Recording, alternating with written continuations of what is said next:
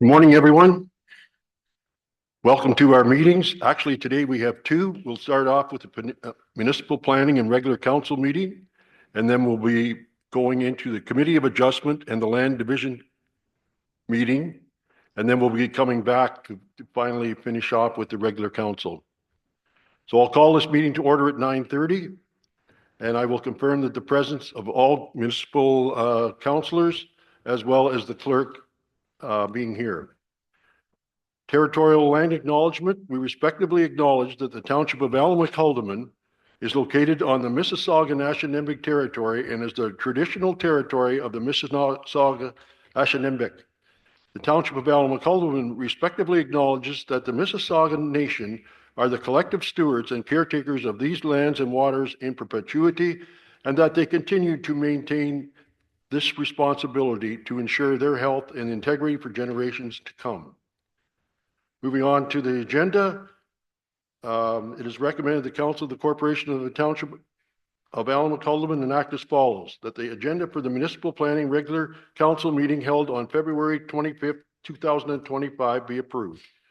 I get a move by Deputy Mayor Stover, seconded by Councillor O'Neill. Any discussion? All in favor? That's carried.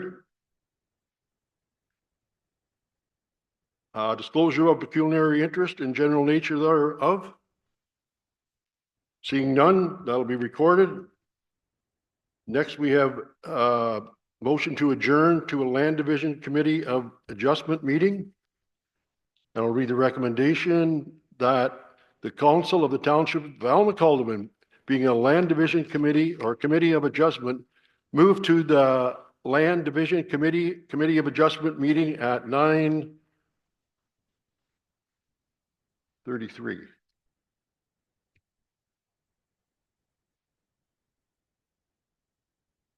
Can I get a mover and a seconder? It's moved by Councillor O'Neill, seconded by Councillor Ainsworth. Any discussion? All in favor? Motion is carried.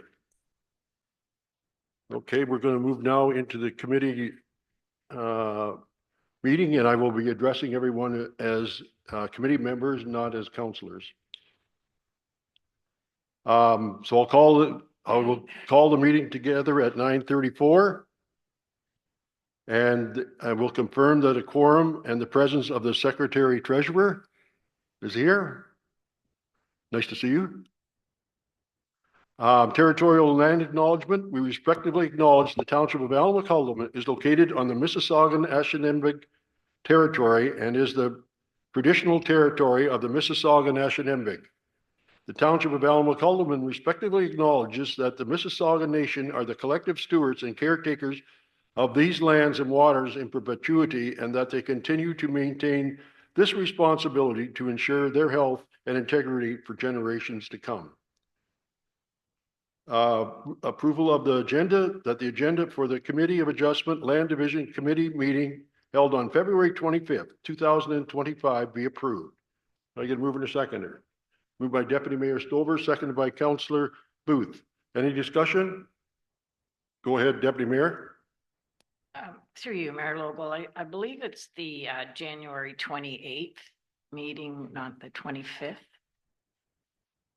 I could be wrong. No, this is today. Oh, no, but I thought you were going into the minutes of January. I haven't got to that yet. Oh, pardon me. That's coming. I'm ahead of you. Yeah. Slow down. Slow down. I'll slow down. All in favor? Motion is carried. Disclosure of pecuniary interest and general nature thereof. Seeing none, that'll be recorded. Approval of the minutes. And today we're going to be looking at the minutes of the Land Division Committee from January 28, 2025. It is recommended the Council of the Township of Allen-McCalderman approve the minutes of, the minutes of the Committee Adjustment or Land Division Committee meeting held on January 28th, 2025 be approved. Can I get a mover in a second? Moved by Deputy Mayor Stover. Seconder. second by Councillor Ainsworth. Any discussion? All in favor? Motion is carried. Next, we're going to move on to consents. And the first one we have is an application for consent for Lori Bettinger.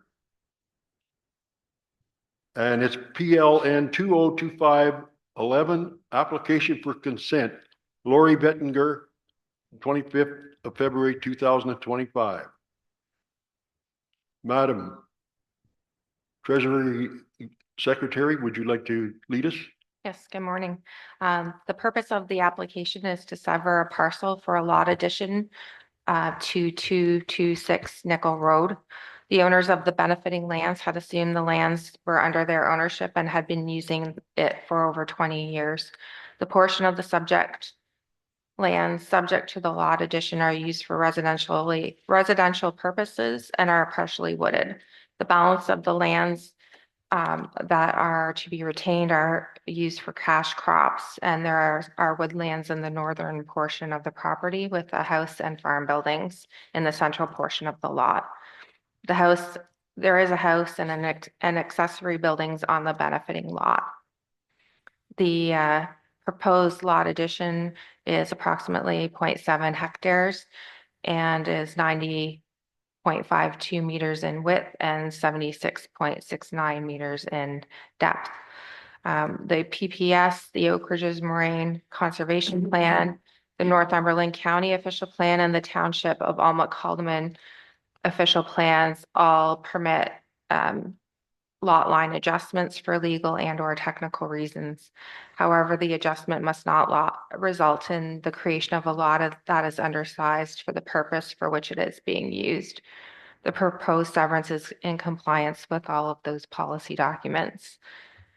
The zoning bylaw of the township zones and lands, Oak Ridges Environmental and Oak Ridges Moraine Countryside. Section 4.42 of the zoning bylaw provides permissions for existing single detached dwellings subject to the regulations contained in section 7.2. Those regulations require a minimum lot area of 0.4 hectares. The benefiting parcel is currently 1.25 hectares and will be approximately 1.95 hectares with the lot addition. And it meets the zoning regulations for lot area. A number of departments and agencies were circulated. No concerns were identified by either the Public Works and Building departments. Northumberland County staff advised that the proposed development will not impact county infrastructure, and they have no objections with the proposal. The Anaraska Region Conservation Authority noted that the subject property contains regulated area. On this basis, a permit may be required for development activities within the regulated area. The lands to be added do contain a wetland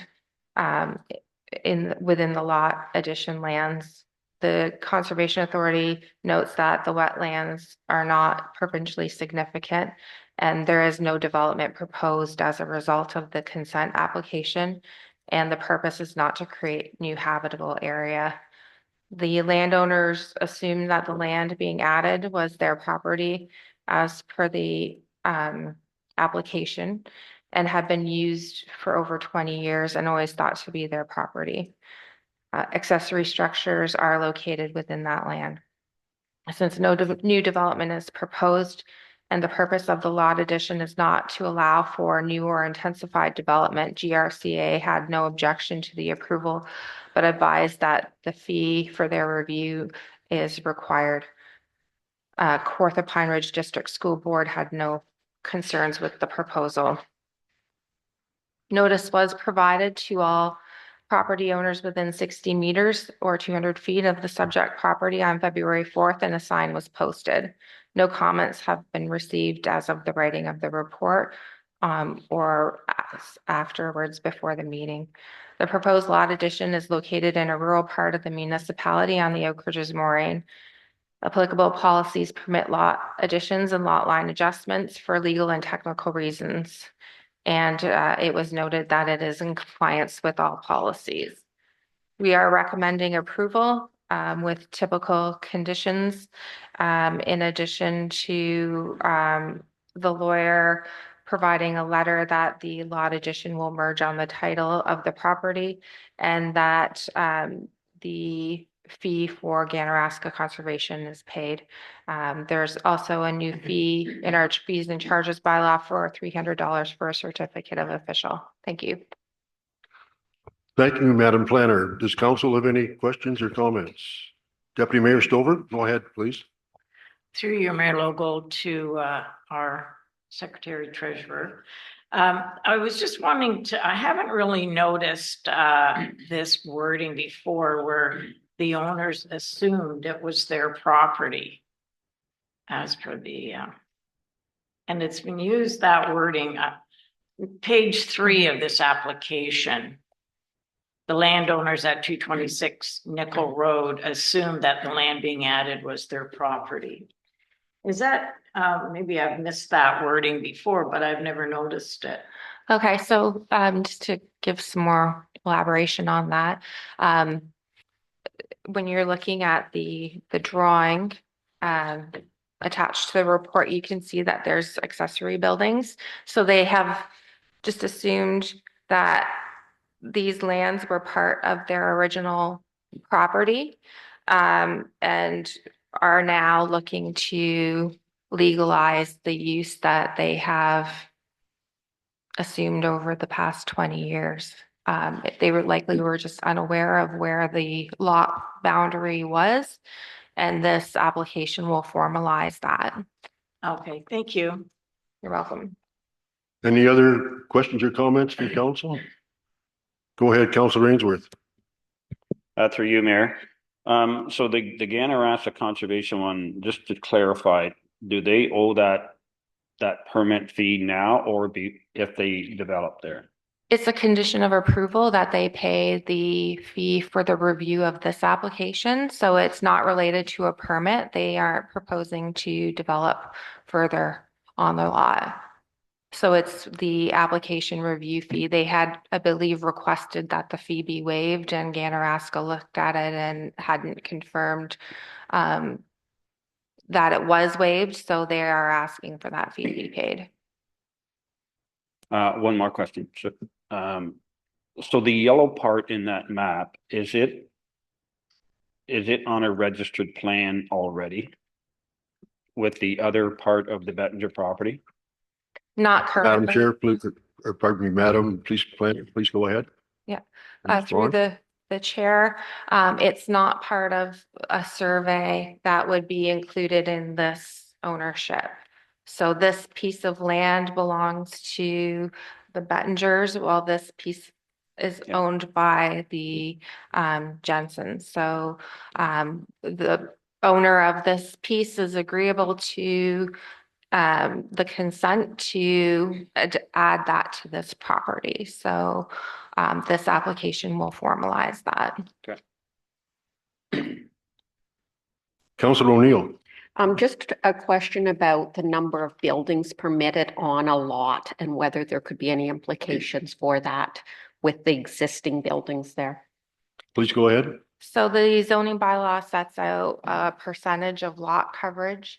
I believe for accessory buildings, it's 5%, which they're in compliance with. Is there someone representing the applicant today? Seeing none, would any of the members of, oh, yeah, there could be somebody online. Thank you.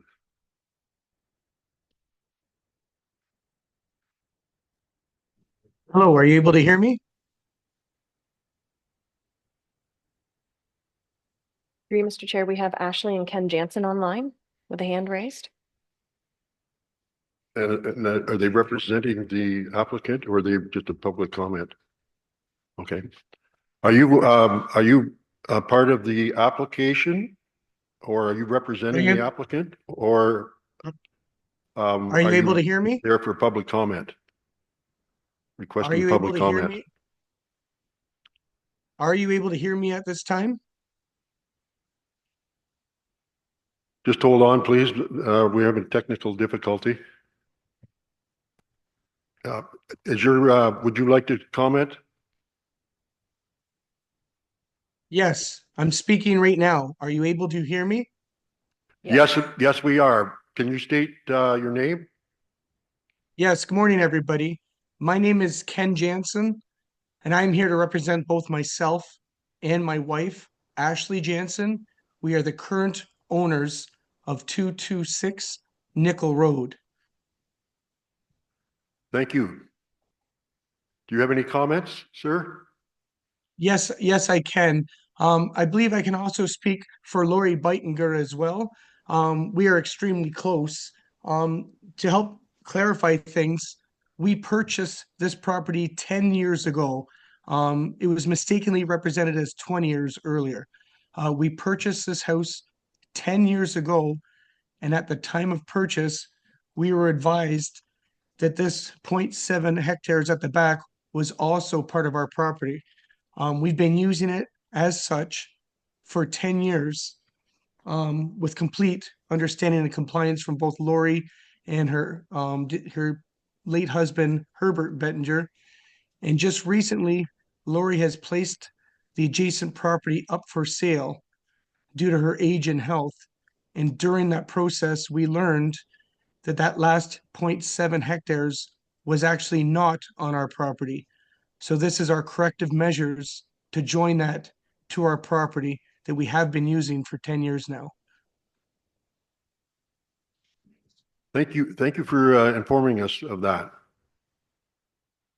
So, You're any welcome. members? Is there any other members of the public that are currently in the gallery that would like to speak to this?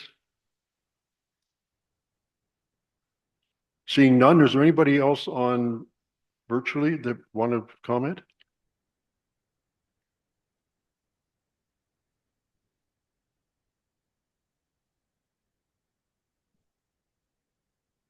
Does anybody have a comment? Mr. Jansen, do you have another comment? I do, correct. I would like to also further advise, I am the one that filled out this application with Lori beside me. And everything I'm saying now, I'm representing both myself and Lori Bettinger. Okay, thank you. Thank you for your help. Thank you, Council. Any other further comments? I'm going to read the resolution. It is recommended the Committee of Adjustment of the Township of Elm-McCulderman enact as follows. That application AH022025 by Lori Bettinger to sever a parcel for a lot addition in part lot 27, concession 6, geographically in the Township of Haldeman, is approved, subject to the following conditions. That a registered survey for the severed parcels be submitted to the township, that a DWG file of the survey be provided in a format satisfactory to the township and Northumberland County, that a draft transfer for the severed parcel be submitted to the township, that the tax account for the subject property be paid up to date, that the severed parcel be deemed as a lot addition to the recipient property, and the applicant's lawyer submit an undertaking to register a consolidation of title giving effect to the lot addition. That the applicant's lawyer submit a legal opinion verifying that the lot addition lands will merge on the title with the recipient parcel under the Planning Act. That the applicant provide confirmation from the Ganaraska Regional Conservation Authority that their required fees have been paid, and that the $300 fee for the issuance of a certificate of official in accordance with the bylaw 78, 2024 fees and charges. Can I get a mover and a seconder? Moved by Deputy Mayor Stover, seconded by Councillor Booth. Any further questions? All in favor? The motion is carried. We're going to move on to next one is a minor variance application for James and Lori Ann Maitland. It's PLN 202508, minor variance application for James and Lori Ann Maitland, MV 042024-25 February 2025. Madam Planner, please go ahead. Thank you. The subject property is located in the Nawatin Subdivision Plan 470 and was registered in 1991.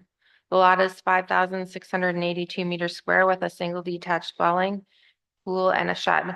The house is located on the north corner of the property with an approximate 75-meter setback to the front lot line located at the south limits. The house faces the exterior side lot line.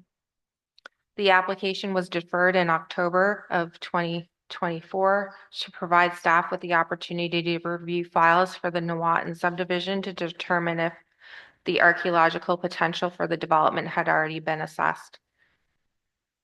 The subject property is designated shoreline in the township's official plan.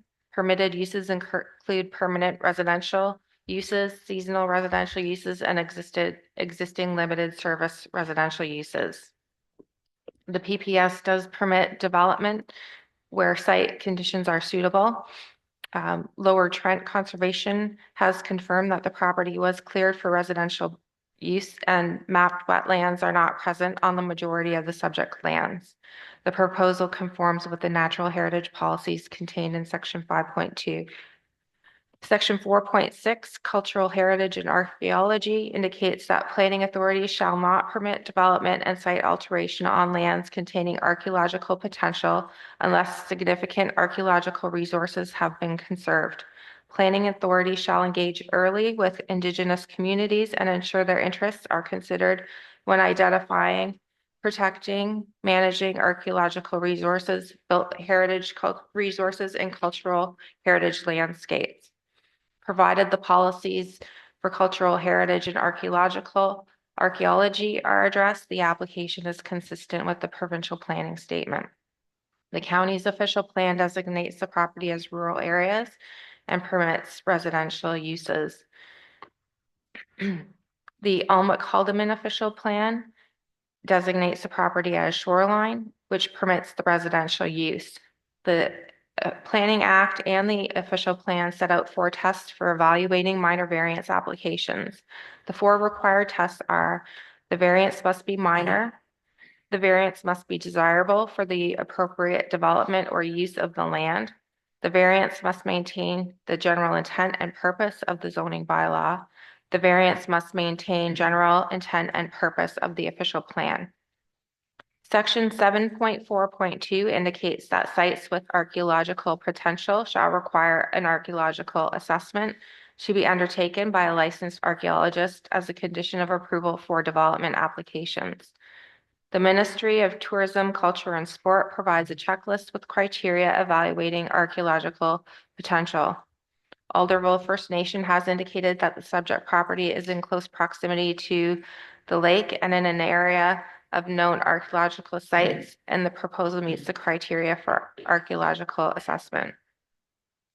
The proposal is consistent with the Almac-Haldeman official plan, provided archaeological potential is addressed. The zoning bylaw zones the property as rural residential number 39, RR 39 on Schedule A. The proposed variance seeks relief from Section 7.2.6 for a reduction in the minimum rear yard depth from 12 meters to 5.3 meters, and Section 7.25 for a reduction in the minimum side yard depth from 6 meters to 4.1 meters. The requested variance would permit the construction of an attached garage and covered deck. The application was circulated to a number of departments and agencies. Public Works had no concern with the proposal, neither did the building department. Northumberland County has no objections with the proposed variance, provided that supportive comments are provided by Lower Trent Conservation Authority. County Inspection Services and County Planning noted that sewage systems will need to be reviewed after the minor variance is approved to ensure the size is capable of carrying the new loading. Alderville advised that archaeological assessment is required on the property. It is in close proximity to the lake and in an area of known archaeological sites. Please advise the landowner that Alderville First Nations expects to be engaged in the assessment when it is scheduled. Lower Trent advised that the Conservation Authorities Act and Ontario Regulation 4124 apply to the subject lands. A permit from Lower Trent will be required for any development activities taking place. As such, the minor variance should be subject to demonstration that the subject proposal can adhere to the regulatory policies through a complete permit application. It was noted that the subject lands are not located within an area that is subject to the policies contained in the Trent Source Protection Plan. Lower Trent has no objection to the approval of the application, provided that it can be demonstrated through a complete permit application. The proposed developments is in conformity with their regulation. The application was circulated to all registered owners of the land within 60 meters of the subject property, and a sign was posted on October 1st and again on February 14th. No public comments have been received as of the writing of the report. The variance is required to permit the construction of a garage and deck. In reviewing the 4 tests for a minor variance, it has been determined that the variance is minor. Although the requested reductions may seem significant, consideration to the siting of the house tucked into the rear corner needs consideration. Yard depths are intended to provide adequate amenity area and privacy to and from adjacent properties. Neighboring houses are offset from the house on the subject lands due to the lot pattern, providing adequate privacy. The variance is desirable and appropriate for the land. The variance will facilitate the construction of a garage and deck addition to the single detached dwelling. The shared yards with neighboring properties are well vegetated, and the applicant has cited the proposed addition to avoid removal of the majority of that vegetation. The general intent of the official plan has been maintained as the policies permit the residential use. The general intent of the township's zoning bylaw is maintained. The use is permitted in the RR 39 zone. Due to the large front yard depth and siting of the house to face the corner lot line, there is adequate amenity space within the front yard to serve the single detached dwelling. The neighboring houses are offset from the house on the subject property, providing adequate privacy. Provided the policies for archaeological potential are addressed and the applicant obtains the permit from Lower Trent Conservation Authority, the variance maintains the intent of the official plan, the county's official plan, the zoning bylaw, and the provincial planning statement. Staff have reviewed the records relating to the Nuwauton subdivision and did not find evidence of archaeological potential being evaluated for the development already. Through the discussion with Ministry of Citizenship and Multiculturalism, it was determined that the condition requiring an archaeological assessment is appropriate. Thank you. Thank you for your comments. You mentioned close proximity a couple of times. Do they define anything more than close proximity? Close proximity in terms of archaeological Yes, assessment? that's what I was understanding. Yes, so the checklist speaks to 300 meters. If it's within 300 meters of a water course or water body or a known archaeological site. Thank you. You're welcome. And my other question, I think you brought it to my attention already, but the applicant isn't asking for any other road entrance. They're going to use the same entrance? Yes, I believe so. Thank you. Does anyone, members of council have any, or members of the committee have questions? Go ahead. Committee member Stover. I'm just starting. I was wondering what I should call you, but I think I'll call you Mayor Logal. That'll do. To Treasurer Secretary, there has been some other big builds in that area fairly recently. And has there been any archaeological digs on those sites? Through the chair, I'm not aware of I haven't had a look at other sites. If they hadn't required a Planning Act application, then we don't have a trigger to test the policy requirements. If a property is zoned for a use and they're in compliance with the zoning bylaw and they submit a building permit, there isn't a mechanism to ask for an archaeological assessment through that process. It's only when there's a Planning Act application requested that we have to make sure that there is conformity with the policies which speak to the need for assessing archaeological potential. And a clarification, if I could, Mayor Lobo, Go ahead. to our Secretary Treasurer. Any idea how, this isn't a new build, is it? No, the house has been constructed for some time, so this is to permit an addition. Because when I even look at the pool house and to what you're proposing now, the pool house is a lot closer to that property line. And it's kind of interesting that there isn't anything on file for any archaeological digs, particularly for the two big builds that happened within, I'm going to say that one within the last 4 years. So it's kind of odd, I guess, that there isn't anything on file. And that's not a complaint. It's just that it doesn't appear that anybody had done anything like this. Go ahead, Madam Yep. Planner. Through the chair, in terms of the pool house, there are reduced setbacks permitted in the bylaw for accessory buildings. So when someone's constructing an accessory building in a residential zone, the setback is only 1.2 meters. The setbacks are greater for the principal building. Oh, So I would have to look at the other scenarios. I weren't aware of the question before to look them up, but if they were meeting the setback requirements and they didn't require a Planning Act application, they wouldn't be tested against the policies today. Building permit applicable law wouldn't include the archaeological assessment requirement. thank you. Any other members of the committee? Go ahead. Committee Member Ainsworth. I also had a couple of questions. So the regulation 4124, is it being used because there's ponds or streams around that property, or just because they're close to Lake Ontario?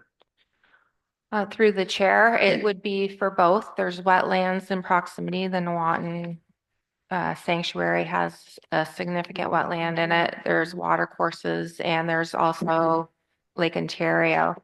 So the criteria speaks to water courses and water bodies. Water bodies include ponds, wetlands, streams. All of those features are captured by that requirement.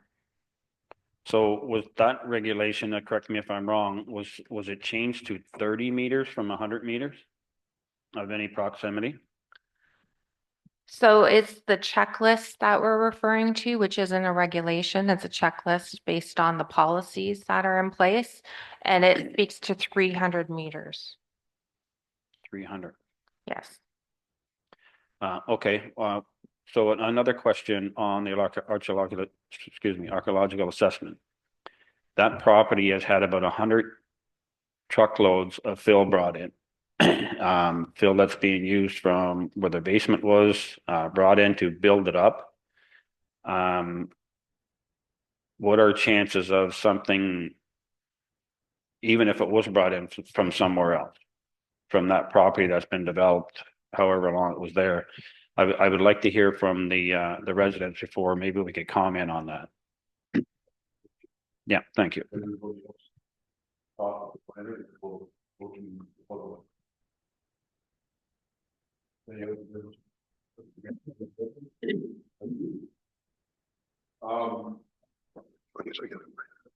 Is there anybody present or attending virtually that would like to represent the applicant?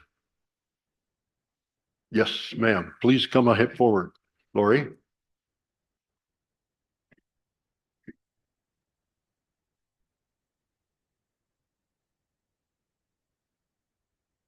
Chair. Good morning, Chair and Committee. My name is Lori Maitland. I represent myself and my husband. We're the landowner of 147 Keewatin Drive, which is the land in question. I only really have a comment and a question for clarification.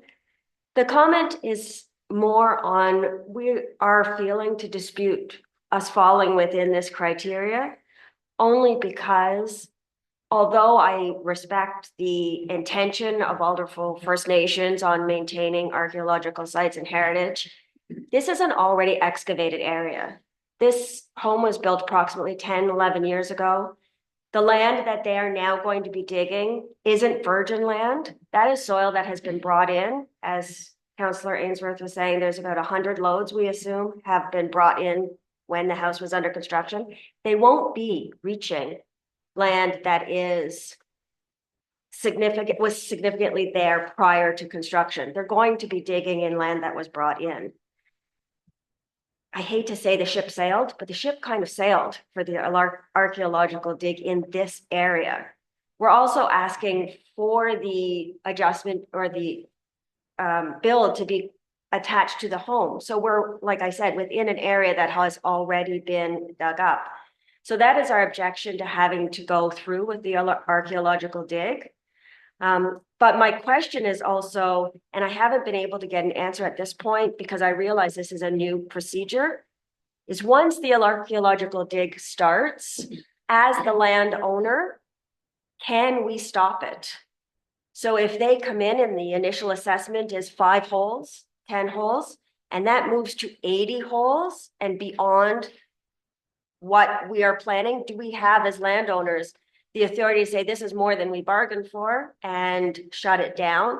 Or by putting us into this agreement with all the First Nations in the township, are we opening up ourselves to potentially a large financial issue if this continues? I can't answer that. Madam Planner, do you have a comment? Yes, through the chair. So I had some of the same questions for the ministry staff. And they suggested that it should be a requirement. The archaeologist could go and look at the site, and if you have any more history that we haven't been able to uncover in terms of the number of fill trucks, like I hadn't seen a grading plan or any documentation of any fill permits. So if there's evidence that would demonstrate that the area had been significantly disturbed, the archaeologist may look at that criteria again and say, okay, we've looked at the site, determined it has been disturbed, we don't need to go any farther. If they look at the site and determine that it hadn't been disturbed to the extent in the area where the development is proposed, they may say that we need to do an assessment. If they do an assessment and find some artifacts, then yes, they may need to dig further. And there are regulations under the Heritage Act that may, like if they happen to find something that might need to be preserved. There's also the risk that if there isn't an assessment done and you do find artifacts through the construction, there are regulations that still apply through the Heritage Act, and there could be the requirement to stop the build either way. So it's always good advice to do the assessment to find out if there is potential and head off finding it after the fact and have other regulations kick in. We have had detailed presentations in the past from Alderville where those situations have happened, and we can provide additional details to the applicant about that. Thank you. So from what I understand, and correct me if I'm wrong, you're saying that if there was significant loads of material brought in and we can prove that, I guess is what you're saying, then they may, or they probably wouldn't ask for a study? Well, I think it would be up to the archaeologist if the approval is laid out the way it's recommended, the archaeologist would do their field work. Typically they start with a stage 1 assessment, and that's where they do the background work. And if there's evidence to suggest that it had been disturbed, they're likely not going to escalate it to stage 2, 3, and 4 assessments. So if the applicants have evidence that there were a number of trucks with fill brought in, I would suggest providing that to the archaeologist. I'm not comfortable saying that it hadn't been disturbed to that extent because I haven't found background information to suggest that. Ms. Maitland?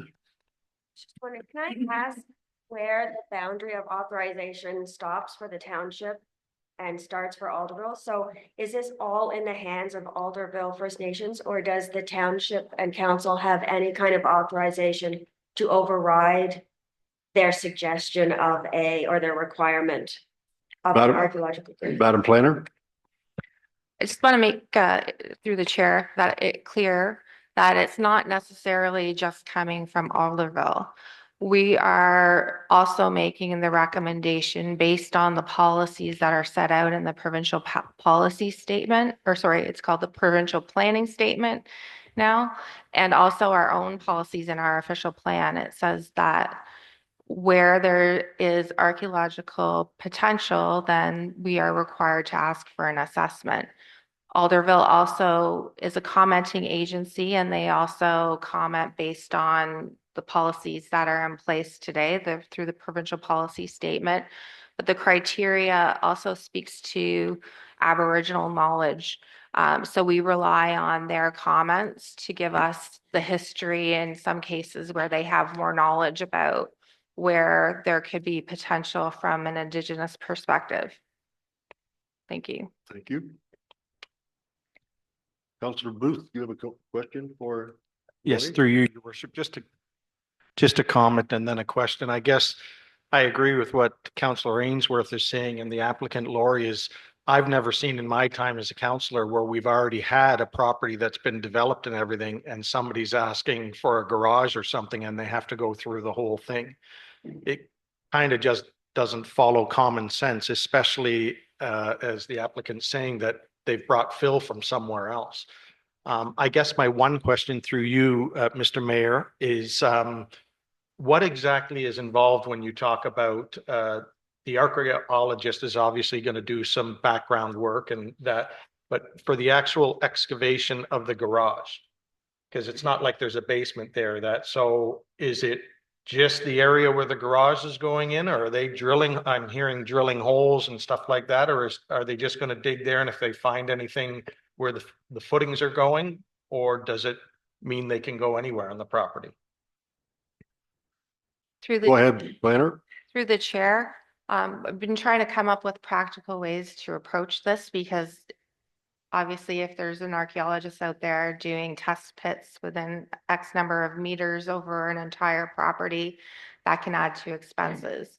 I have additional questions I've sent to the ministry. They aren't able to answer those because of the election time. But I think that there's an option for us to scope it to the area that they're developing.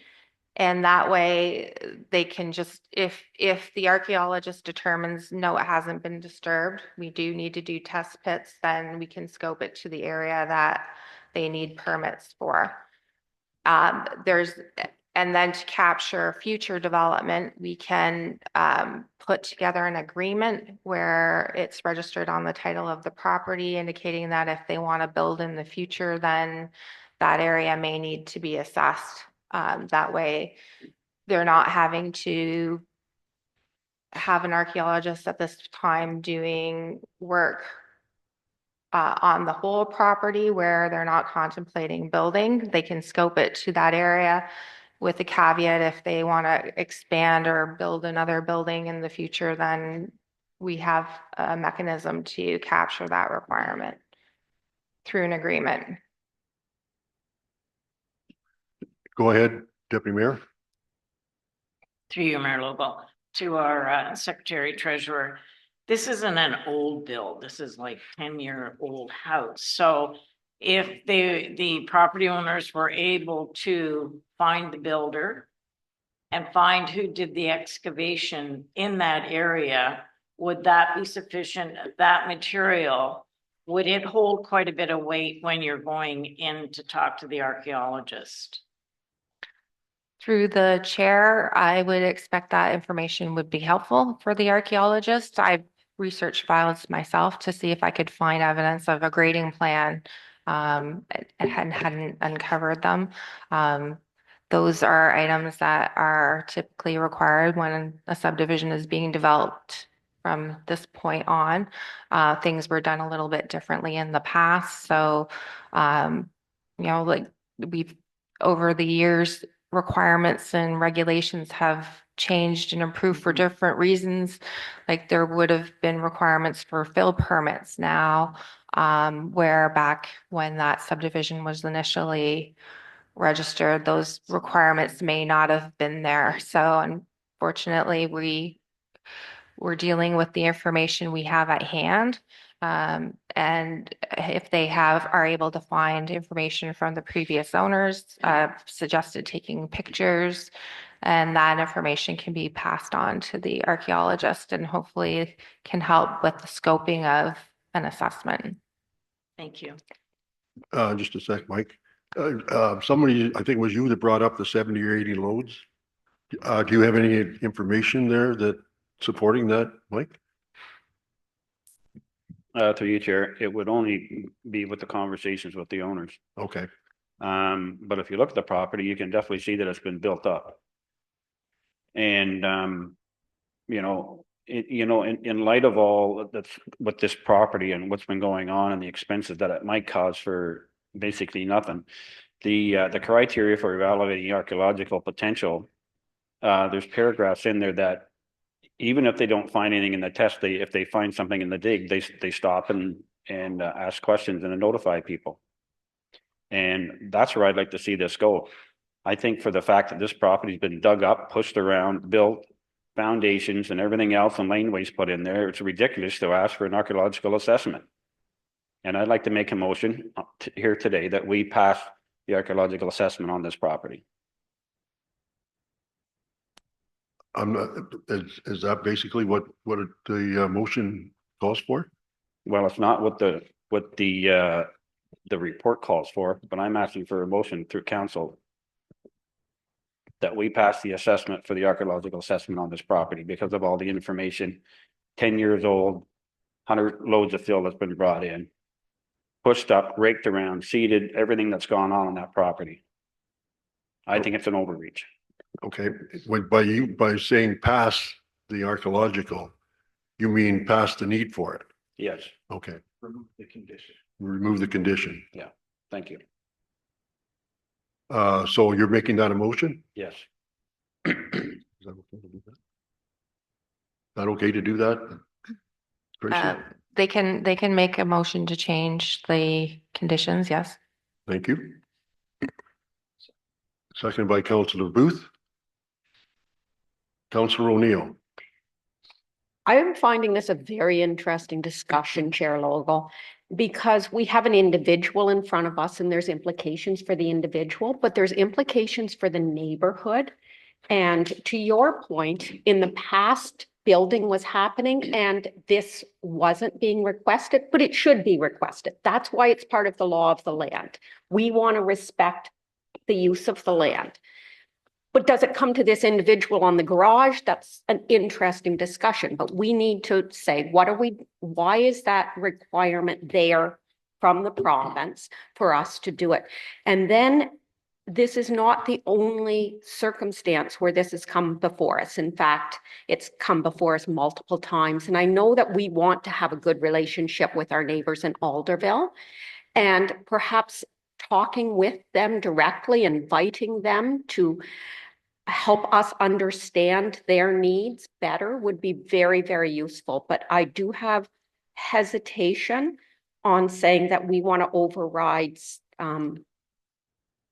the recommendation from the province.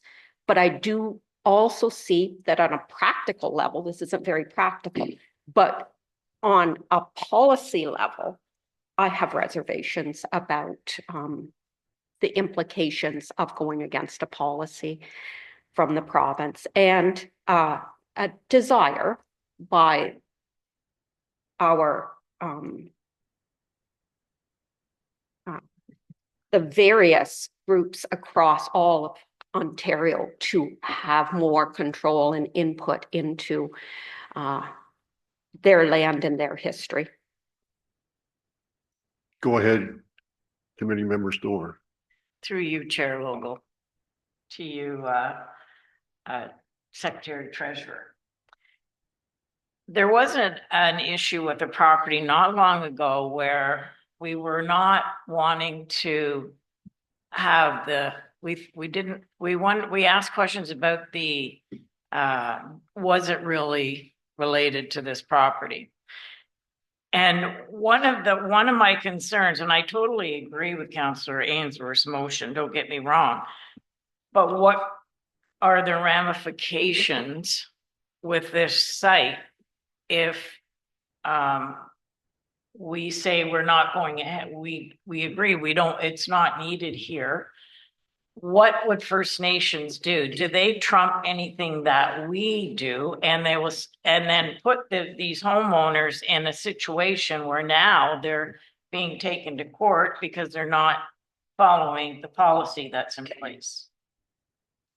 Through the chair, First Nations are one of the bodies that have appeal rights under the Planning Act. So if council chooses to make a recommendation to remove that condition, they could appeal the decision to the Ontario Land Tribunal. And because if the recommendation went against what the planner is recommending, then council may have to hire their own planner to defend their decision at that hearing. So those are things to think about. Thank you. Just one more thing. Would it not be prudent to defer this for a month until we can find out some information on who built the property? Maybe the excavator that came in and dug the property out. I'm sure they wouldn't be too far. It wouldn't be too hard to find. The builder should be helpful. And also the person that built the house should have some kind of pictures, or there should be something placed somewhere. And I just don't want to get the homeowners locked into a tribunal and we're into a position. It's a little bit of a jackpot that I don't think it would hurt to have an amendment to this motion that we bring it back in 30 days and maybe we'd be able to find more information. Mrs. Maitland, do you have a comment? I can answer some of those questions for you. Mike Phillip was the previous owner of our home. I've been in contact with him. He's in Costa Rica right now. He does not have any photographs or any house plans. We have also contacted the previous builder who has long since retired, and he has nothing. So we are going on Mike's verbal say of what happened. We don't have records. Apparently they no longer exist. But he did mention that, and it is visible if you see the property, that a fair amount of fill was brought in, and that the land where the house is specifically is on a hill compared to the scope of the remainder of the property. So they would be digging in dirt that we do not know the origin of. Within that, if they keep their dig to the area that we are proposing to put the garage, that is all brought in excavated soil. So although, keep talking. Although I agree with Mary Catherine in the intent of this regulation and I can see how this plays a part, I do think there are exceptions. Practically, there has to be exceptions. And had this been farther on the lot, where we had not dug previously, on the other side of the pool into the greener area where we had not, I would not have an issue with this kind of procedure. But when you're asking to dig what's already been dug, it just seems like it adds not only time, but an additional financial cost, which no one seems to be able to tell us right now where that lies as well. into doing an addition that really should be a very simple, just re-excavation of a already done site. Go ahead, Councillor Ainsworth. Through you, Chair. So previous residents had done this and the process was 20 people came in and dug 820 holes in their property. Cost them $5,500 and they found nothing.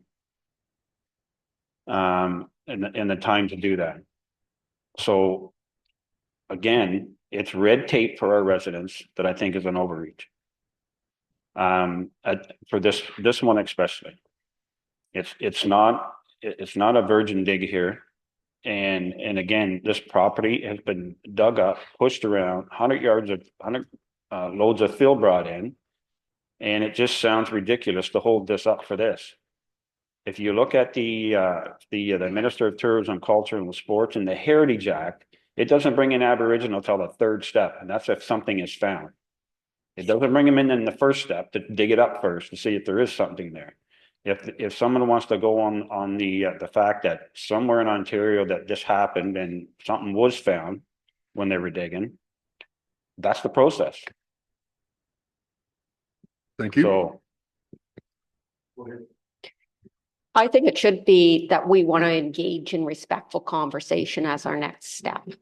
I hesitate to do this because it's going to delay it for the applicant in front of us, but it is what it is. I think respectful conversation and better understanding of what is involved in this may achieve the goals, because I can't think that if the goal is to know and understand their history, that this is a location that's going to help people know and understand their history. And as such, what other ways can we support our neighbors in learning their history? And how can we work together? And how can we make this so that it has a neighborhood solution as opposed to an individual solution? They're interesting questions, but I think respectful conversation is the next step. I'd be very hesitant to make what could well be perceived as a confrontational motion today. Go ahead, Deputy Mayor. Through your Mayor Logo, I'm wondering if Councillor Ainsworth would allow an amendment that would give us 30 days to try to find some more information on this property. Councillor Ainsworth. The only other thing I add is that I agree with everything the homeowner is trying to do. It totally makes sense.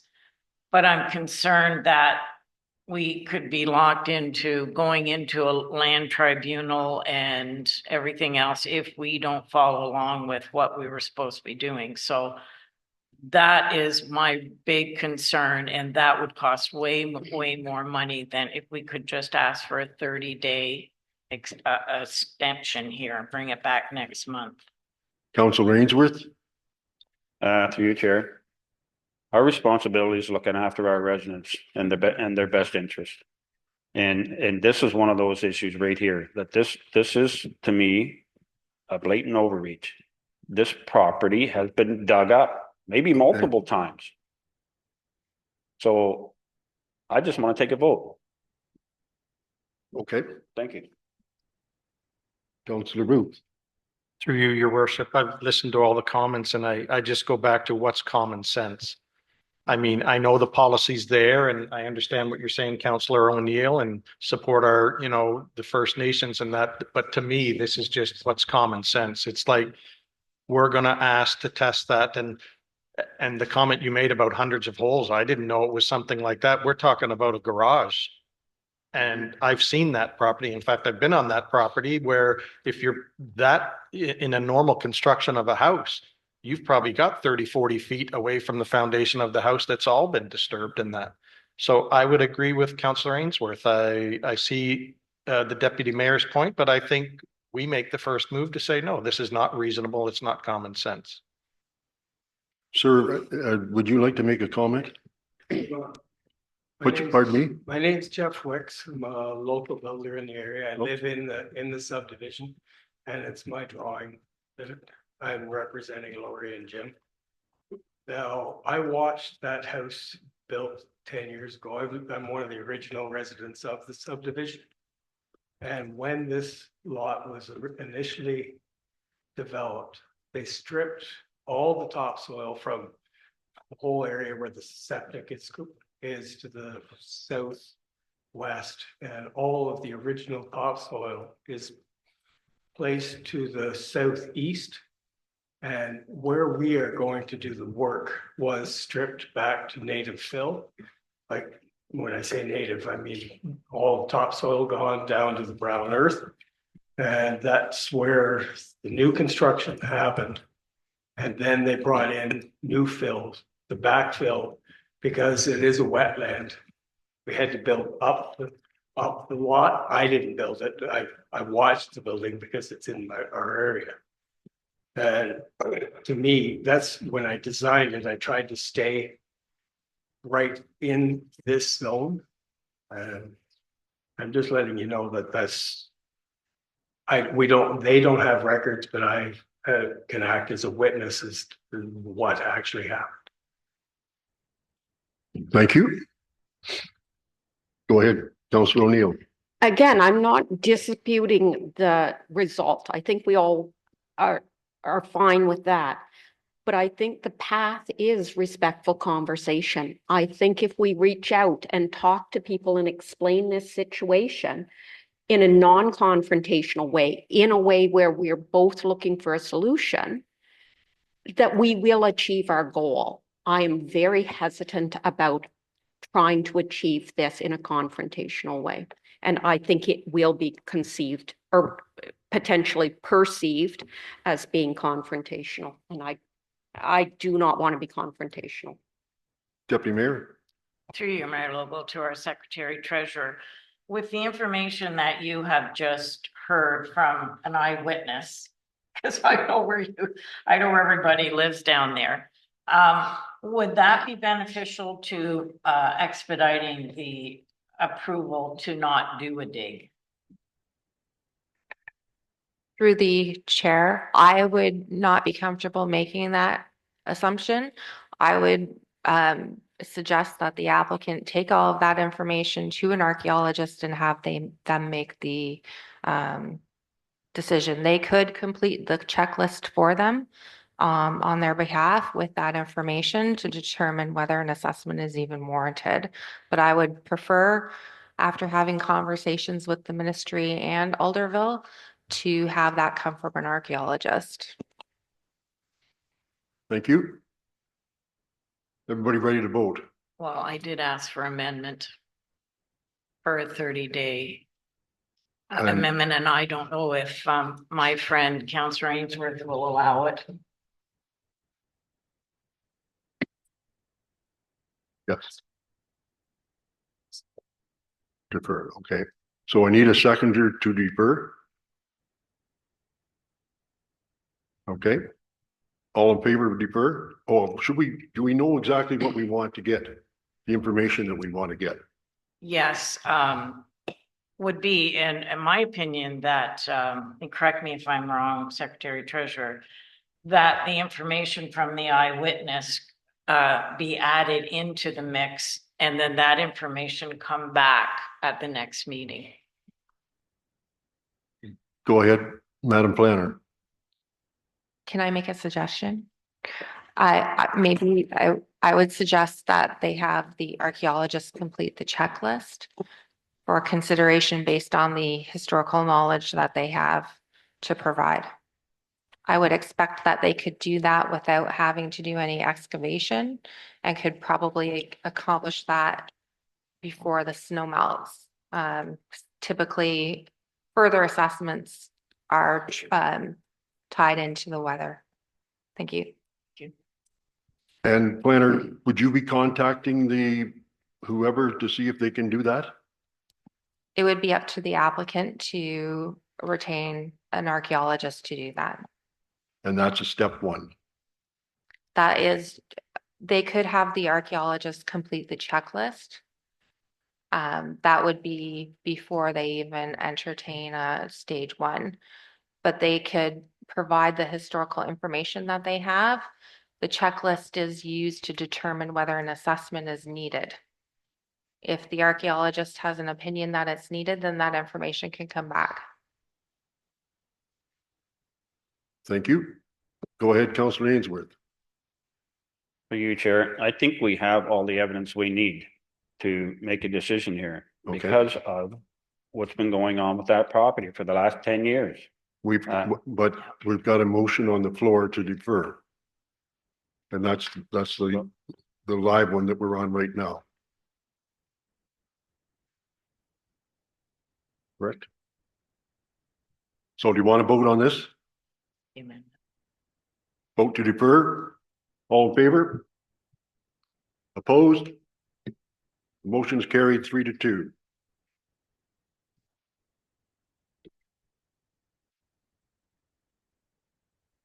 Mayor, Yes. is this going to do anything with time constraints for the applicant? Well, it's 30 days. Okay, so that's not going to bother anything with their application? Well, they're gonna have to, the recommendation from staff was that they make an application to the whoever does that, Ministry of Culturalism, I guess. The recommendation was or the suggestion was to have an archaeologist fill out the checklist. Okay, Okay, so because the decision to approve wasn't made, it'll have to come back to the next meeting. For a decision, once the decision is made, there's a 20-day appeal period. So they wouldn't be able to obtain a building permit until the appeal period and the necessary conditions are fulfilled. So I would expect that, I don't know when they were planning to start building, but that may affect them. okay. And you'll be talking with the applicant? But Thank you.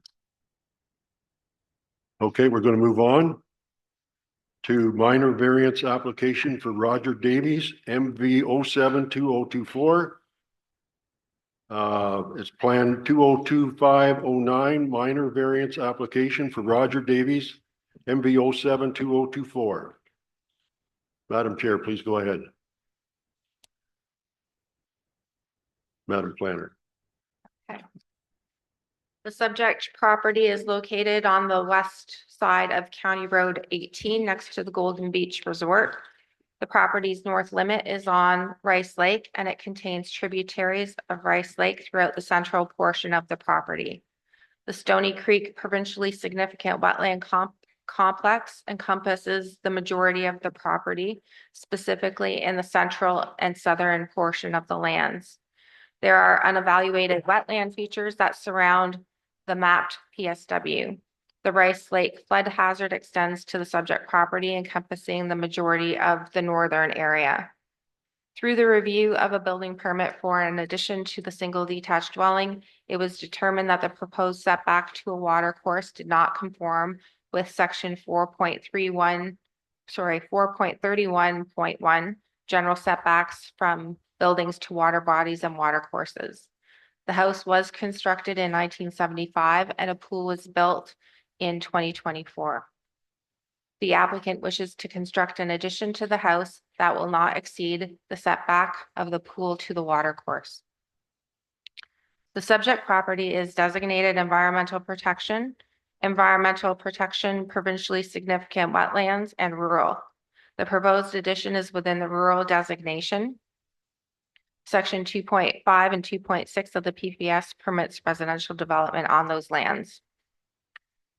Section 4.15D, the provincial policy statements states that development shall not be permitted in significant wildlife habitat unless it's been demonstrated that there will be no negative impacts on natural features or their ecological functions. A technical memo is required to address potential impacts on fish habitat in relation to the proposed addition. Section 5.2.2 and 5.2.3 of the PPS requires development to be directed away from hazardous lands and floodways. Lower Trent has advised, based on their review of the characteristics of the water course and drainage area, floodplain mapping is not warranted to define the flooding hazard. Based on a January 30th, 2025 site visit, Lower Trent had identified that development and site alteration appears to be proposed a significant sufficient distance from the stable top of the stream valley and a considerable elevation difference from the stream. Given the proposed development will not extend beyond that location, beyond the location of the swimming pool and associated hardscaping, they're satisfied that the natural hazard policies have been sufficiently addressed. Section 4.6.2 states that planning authority shall not permit development and site alteration on lands containing archaeological resources or areas of archaeological potential unless the resources have been conserved. Northumberland County designates the property as rural areas and environmental protection. Rural areas permit residential land uses and uses accessory to residents. The township's official plan has identified that the property has environmental protection designation. However, the precise locations are delineated through the zoning bylaw. Therefore, the lands that are within the rural zone are considered rurally designated. Section 3.15 of the official plan requires development to be sufficiently set back from the high water mark of a water body or water course to ensure protection of the water quality of the stream and valley lands. Development should be set back 30 meters from a water course capable of supporting warm and cold water fisheries. In cases where the setback is not achievable, the greatest setback will be required in consultation with the Conservation Authority. Section 7.4.2 indicates that sites with archaeological potential shall require an assessment to be undertaken by a licensed archaeologist as a condition of approval. The Ministry of Tourism, Culture, and Sport provides a checklist with criteria for evaluating archaeological potential. Since the proposed development is within 300 meters of water source and known archaeological sites, the proposed site proposal meets criteria for an assessment. The Planning Act and the official plan sets out 4 tests for minor variance. They are that the variance must be minor, the variance must be desirable and appropriate for development or use of the land. The variance must maintain the general intent and purpose of the zoning bylaw. The variance must maintain the general intent and purpose of the official plan. Provided the policies for natural heritage and cultural heritage and archaeology are addressed, the application is consistent with the provincial planning statement, the county's official plan, and the township's official plan. The property is zoned rural, provincially significant wetland and environmental protection, and rural residential number 3, RR3, with an environmentally sensitive area.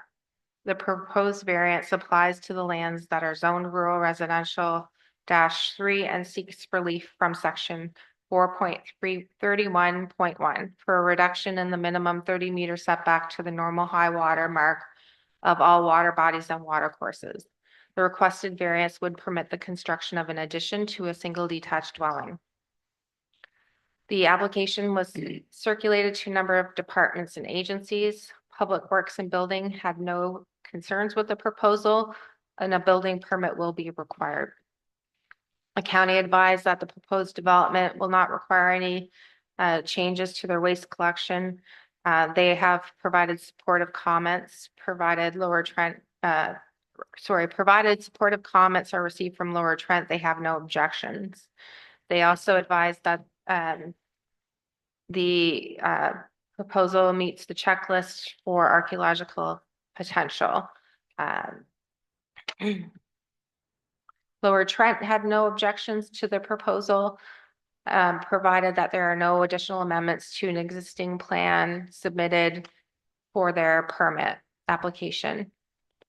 They noted the proposed addition to the existing dwelling and associated works appear to encroach into the regulatory limits associated with the wetland features.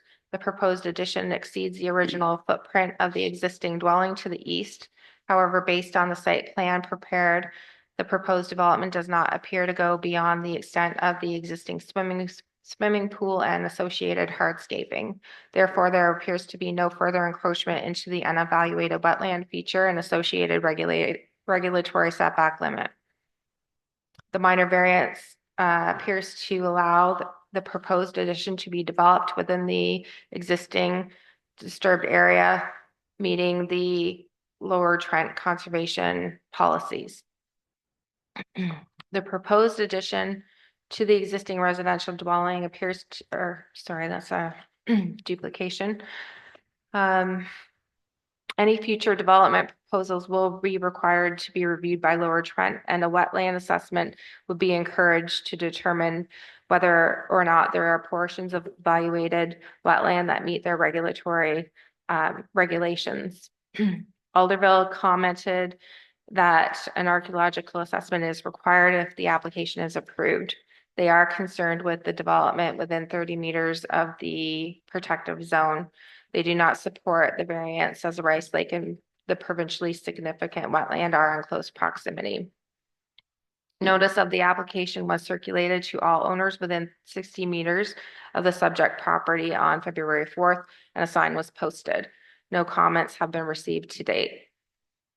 The variance is required to provide a reduction in the setback to a watercourse from 30 to 18 meters. In reviewing this application, the forest tests for a minor variance have been considered, and it's been determined that the variance is minor. Given the proposed addition does not extend closer to the watercourse than the existing pool and hardscaping, the variance is considered minor. The variance is desirable and appropriate for the land. The variance will facilitate the construction of an addition in an area that will limit the clearing of vegetation and avoid conflict with an existing septic system. The general intent of the township's official plan has been maintained. The water setback policy does recognize existing lots in consultation with the Conservation Authority when considering reduced setbacks. Since Lower Trent does not object to the conditions, does not object and conditions are included for an archaeological assessment and technical memo for scoped environmental impact studies, the policies of the official plan are addressed. The general intent of the township zoning bylaw is maintained, provided the condition for a technical memo is met. The intent of requiring a setback to a watercourse is for protection of the warm and cool water fisheries and implementation of the official plan policies. The proposed variance maintains the intent of the township's official plan, the county's official plan, and the provincial planning statement. Thank you. Thank you, Madam Planner. Any questions or comments from council? I guess basically they're saying they need one an archaeological testing as well. And there's also environmental issues regarding the Lower Trent. Yes. Yeah. Anybody have any comments? Go ahead, Councillor Ainsworth. To you, Mayor. I want to read this paragraph from Northumberland County about the archaeological assessment. In accordance with the Ministry of Citizenship and Multiculturalism, the criteria for evaluating archaeological potential, since the subject property has not experienced significant intensive disturbances. So we go back to the other one that we just had. Why wasn't that used? Not that I agree with it, Well, but at least it's a statement that okay. the property hasn't been disturbed. And another question I asked, sorry through you, Mayor, another question that I have. Why are we going outside our county and asking for comments? This list just seems to be getting bigger. Are we looking for people to say no? I don't think so. You want to comment, Madam? Through the chair, I can't speak to why the Northumberland County comments are different from between this application and the other application. That question would have to be posed to them. And in terms of agency circulation, yes, we have increased the agencies that we are circulating. We have been called out for not performing our duty to consult under the provincial planning statement. So we are now circulating all of the 7 nations that are part of the Williams Treaty, which is applicable to this area. Thank you. Thank you. Anybody else have any questions or comments? So members of the, yes, go ahead. Through you, Mike. Mayor. I would like a formal discussion, maybe with council and planning on that list, what we really need. That's Not not part of today. the agenda. Not today, but can we do that in the future? Or maybe in closed?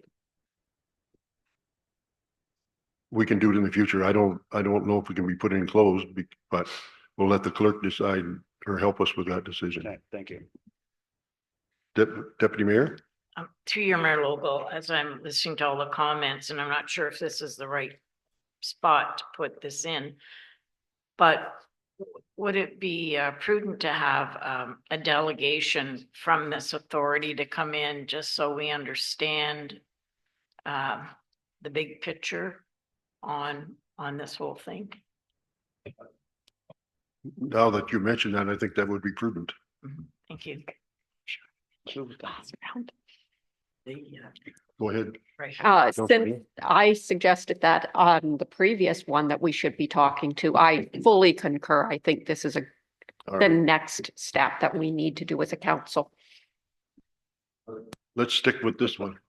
We're jumping in. Yes, we're going back and forward. Anybody else have any comments? Members of the public, do you have any comments?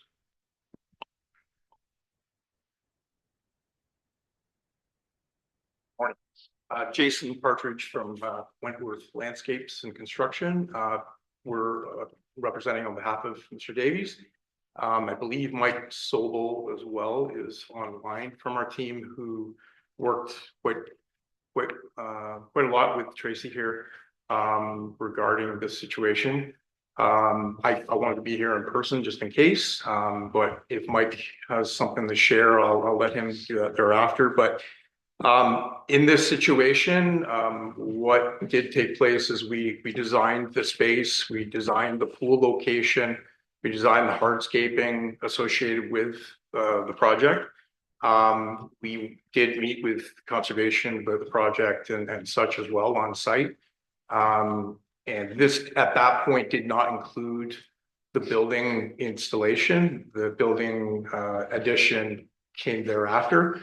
However, the pool location was approved to proceed ahead last year, and we did attain a permit for that pool enclosure permit and such to go ahead and build that.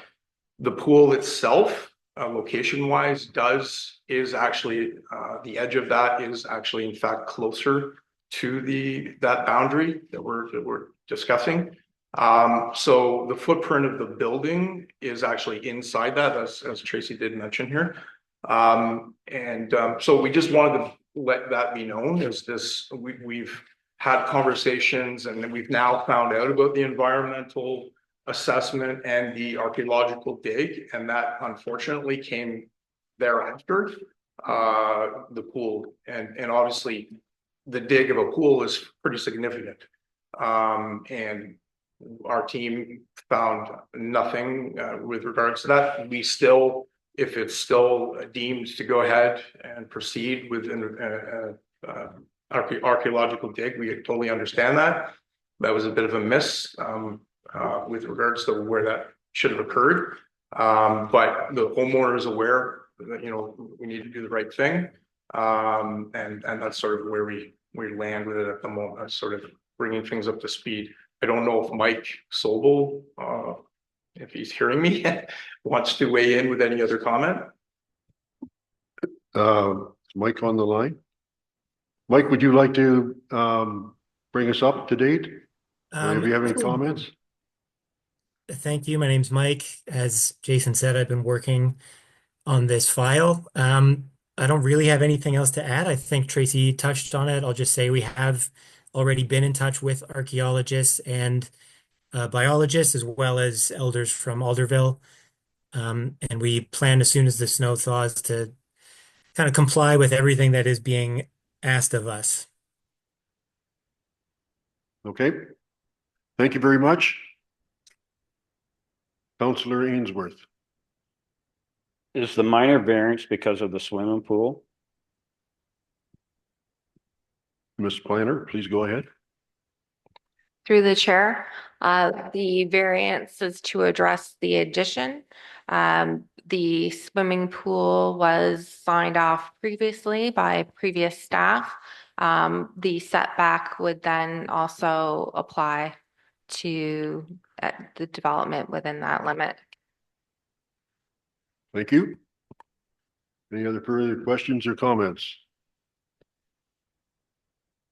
Seeing none, I'll read the resolution. That application MV 2024 by Roger Davies for a property legally described as Part Lot 2 Concession 1, geographically Township of Elmwick, be approved to permit a reduction in the setback of water bodies and water courses from 30 meters to 18 meters. That's conditional upon submission of an archaeological assessment and any other further assessments as recommended, carried out by an archaeologist licensed under the Ontario Heritage Act and submitted to the Ministry of Citizenship and Multiculturalism prior to any site alteration or ground disturbing activities. A letter issued by the MCM indicating that the report has been entered into the Ontario Public Register of Archaeological Reports must be provided to the Township of Alnwick-Haldeman, and the recommendations are to be implemented to the satisfaction of the Secretary Treasurer of the Committee of Adjustment. Submissions of a technical memo prepared by an environmental consultant to the satisfaction of the Secretary Treasurer of the Committee of Adjustment. Number 3, enter into a development agreement with the township if necessary to address the recommendations of the archaeological assessment and technical memo, the environment impact study. Could I get a mover and a seconder? Moved by Deputy Mayor Silver, seconded by Councillor O'Neill. Any further discussion? Go ahead, Councillor Ainsworth. Through your chair, is the archaeological assessment just in the area of the build, or do they, is this like a? Do you have a comment on that, Madam Planner?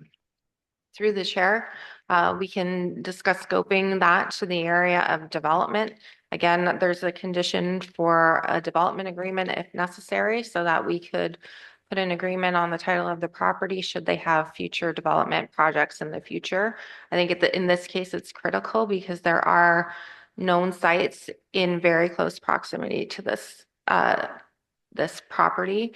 We are able to disclose the exact location due to confidentiality and the need to protect the location of those sites. Thank you. I was wondering why they were protecting that, but that makes sense now. Through the chair, yes, there has been issues in the past. If people have found out where the sites are, then they have disturbed them when they shouldn't be. Thank you. Thank you. Did I get a mover and a seconder? No, I already got that. All in favor? That motion is carried. 4-1. Okay, we're going to move on to the motion to adjourn. It is recommended that the Committee of Adjustment, Land Division Committee of the Corporation of the Township of Alnwick-Haldeman enact as follows: that the Committee of Adjustment, Land Division Committee meeting held on February 25th, 2025 be adjourned at 10:58 a.m. I get a mover and a seconder? Moved by Councillor Booth and seconded by Deputy Mayor Stover. All in favor? That's carried.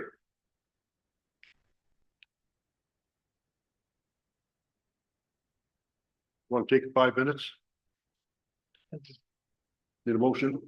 Moved by Councillor Booth, seconded by. Oh, no, didn't we? Oh, okay, so we can do that. Okay.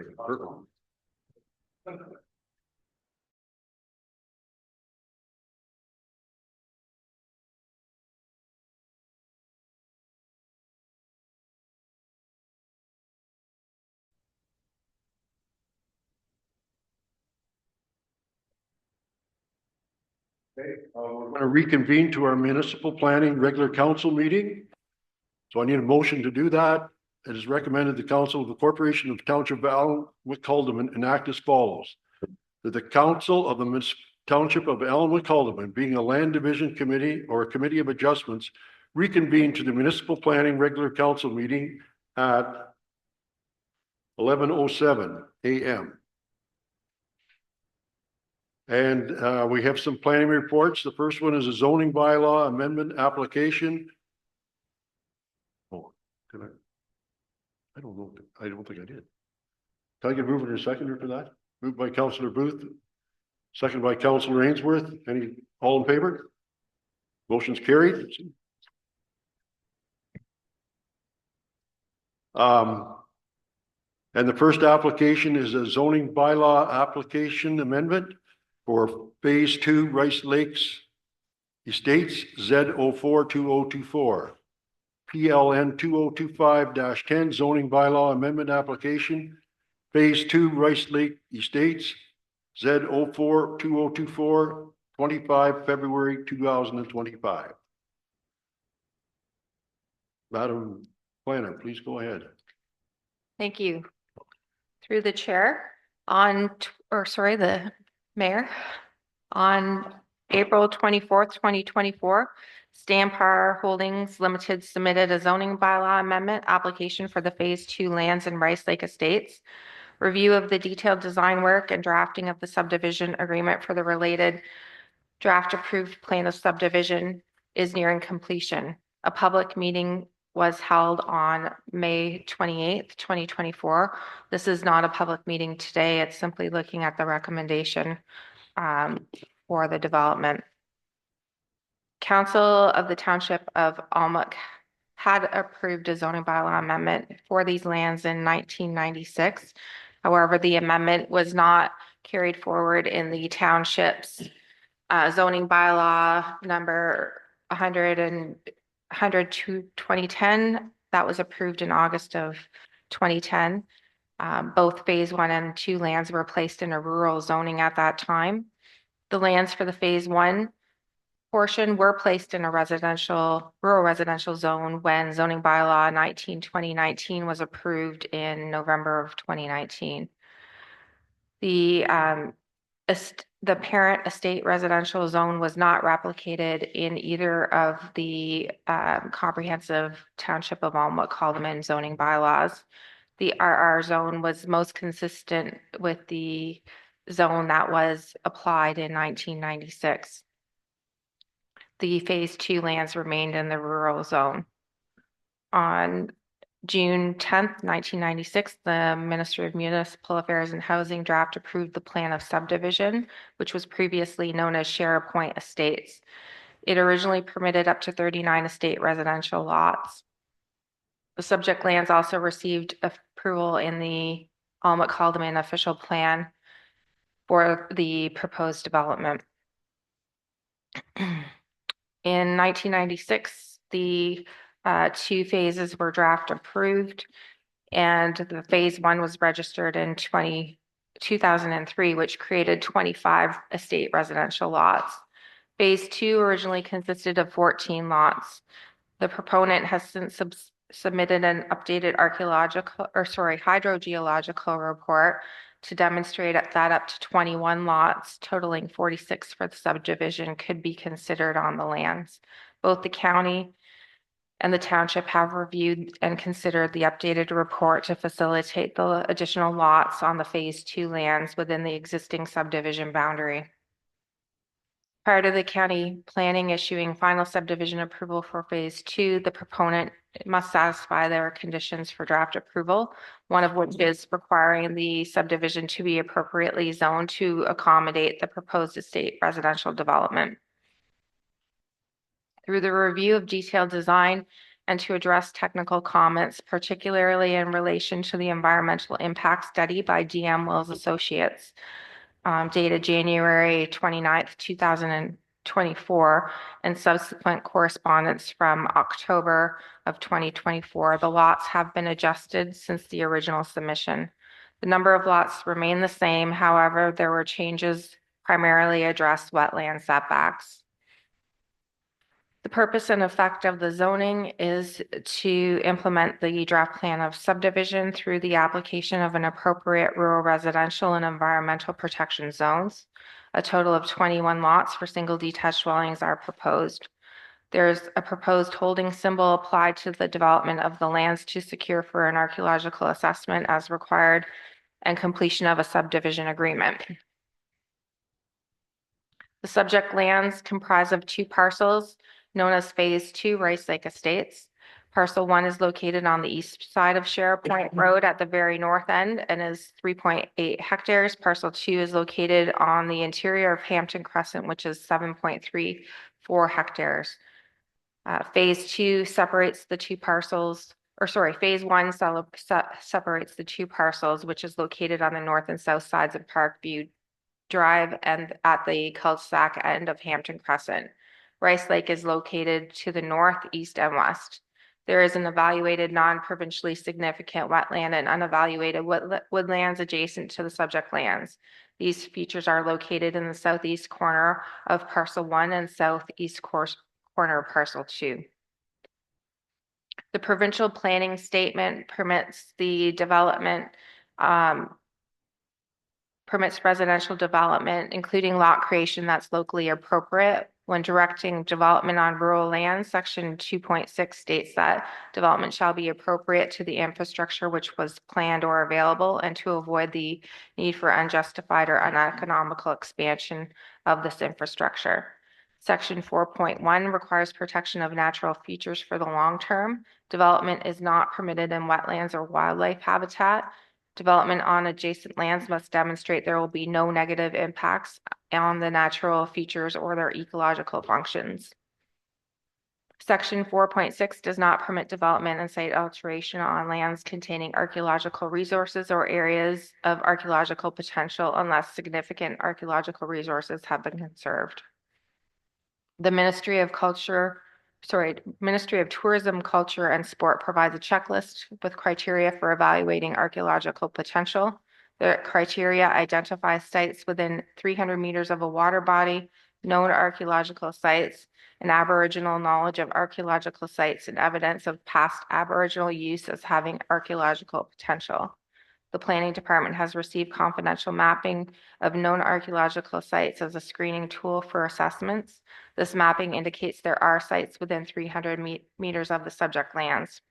Based on that information, the location within 300 meters of Rice Lake and a wetland, and Aboriginal knowledge provided by Alderville and Hiawatha First Nations, the subject lands meet the criteria for an archaeological assessment.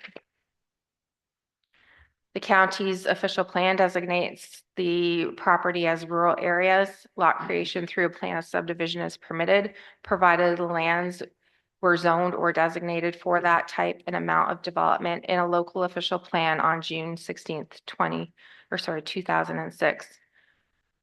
Almut Caldeman's official plan designates the property as rural residential and it is intended for low-density residential uses consisting of single detached dwellings and secondary dwelling units outside of hamlet areas.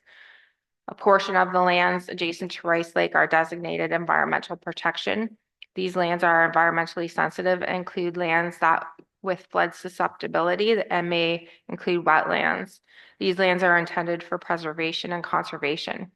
The boundaries of the environmental protection designation are approximate and the precise locations are to be delineated in implementing zoning bylaws at the time of submission of development applications.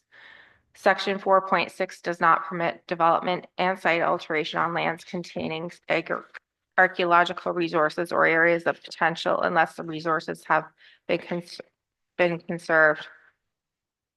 Based on the criteria for evaluating archaeological potential, an assessment is required. The proposal is consistent with the PPS and conforms with the county's official plan and the Alma Caldeman's official plan, provided archaeological potential is satisfactorily addressed. The subject lands are currently zoned rural. The minimum lot area for that zone is 5 hectares and the minimum lot frontage is 60 meters. The proposed lot areas range from 0.4 hectares to 1.26 hectares, which is consistent with the zone, With the exception of lots 11 through 13, all lots have frontages that meet that minimum lot frontage requirement of 45 meters. Due to the location of lots 11 to 13 on a turning circle and adjacent to a wetland, an exception for lot frontage is needed. To conform with the policy requirement for protection of natural heritage and hydrological features within 30 meters, and their 30-meter minimum vegetation protection zone identified by the EIS provided by Wills, dated January 2024, there are lands that are to be zoned environmental protection. The application was circulated to a number of departments and agencies.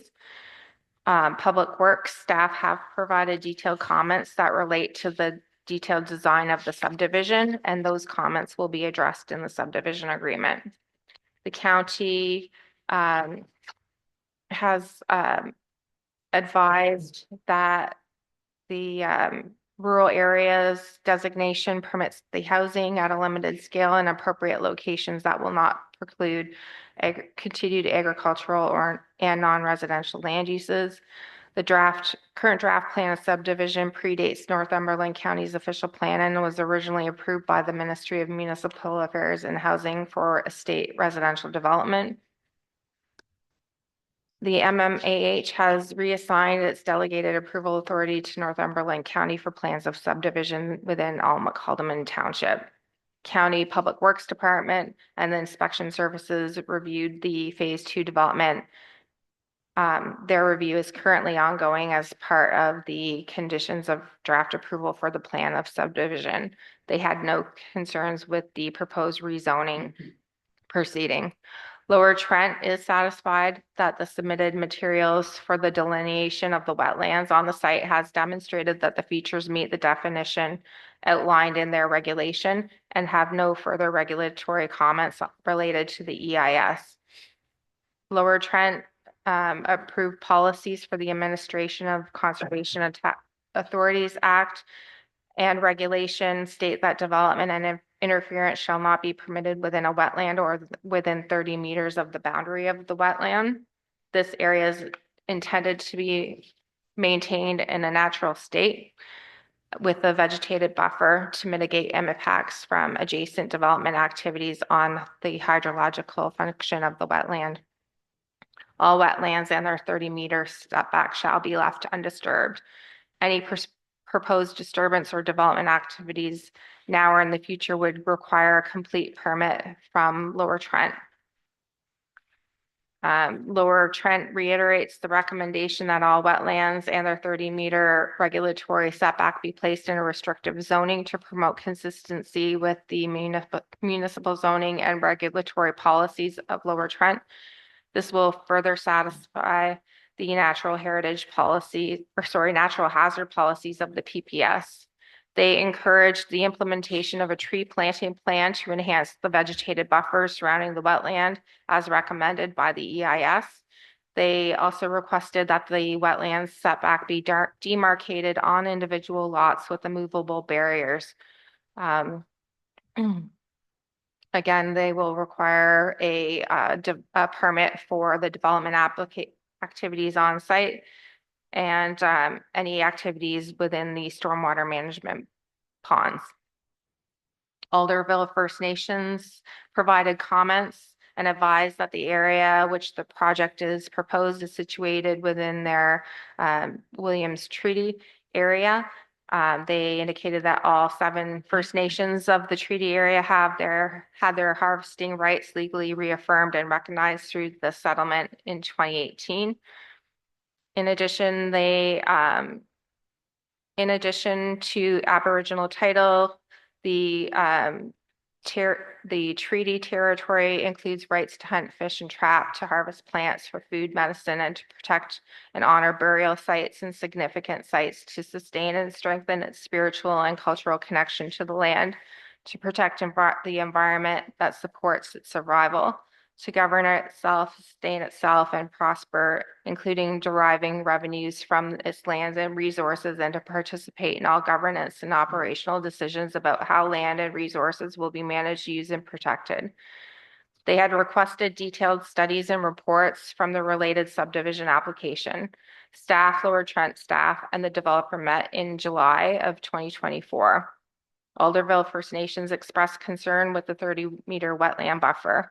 They had indicated that that's a bare minimum and preferred 120 meters to protect access, health, and integrity on Rice Lake. They expressed the importance of plants and for medicines and noted that the turtles are sacred. They had stated that they expected more formal meetings with a presentation. An invitation to a November 14th, 2024 with a presentation had been had with Hiawatha First Nations was extended. However, they were unable to attend. Hiawatha First Nations in September of 2024, Hiawatha reached out to staff indicating that they had received information on the proposed rezoning and development intentions.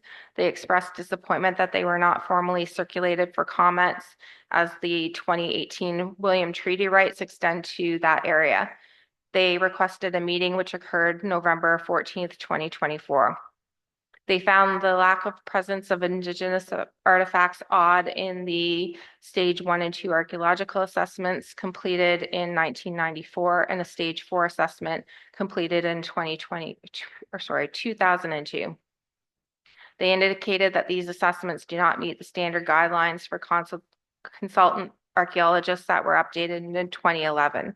They noted that the site is close to Rice Lake and in proximity to Harris Island and Serpent Mounds, which the Michisagi harvested the wild rice yearly and prior to the share occupation of the lands.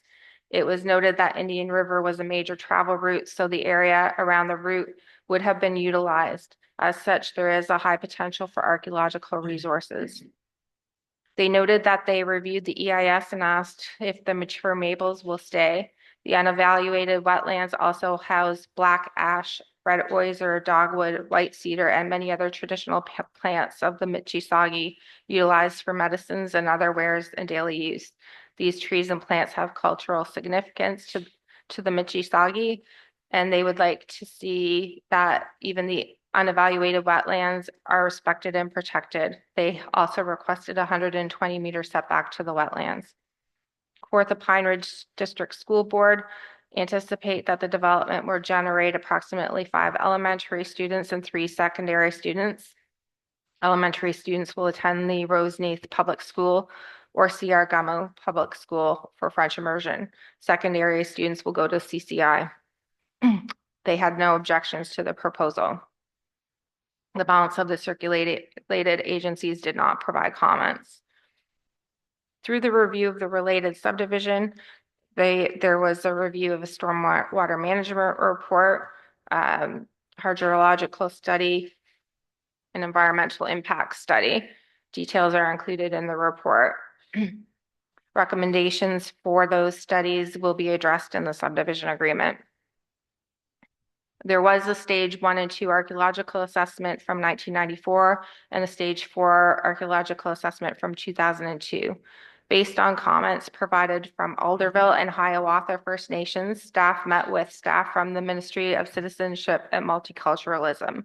They were provided with the above assessments and followed up with to advise that the noted reports provided do not align with current standards for archaeological assessment and do not sufficiently demonstrate that the subject lands have been cleared for archaeological potential.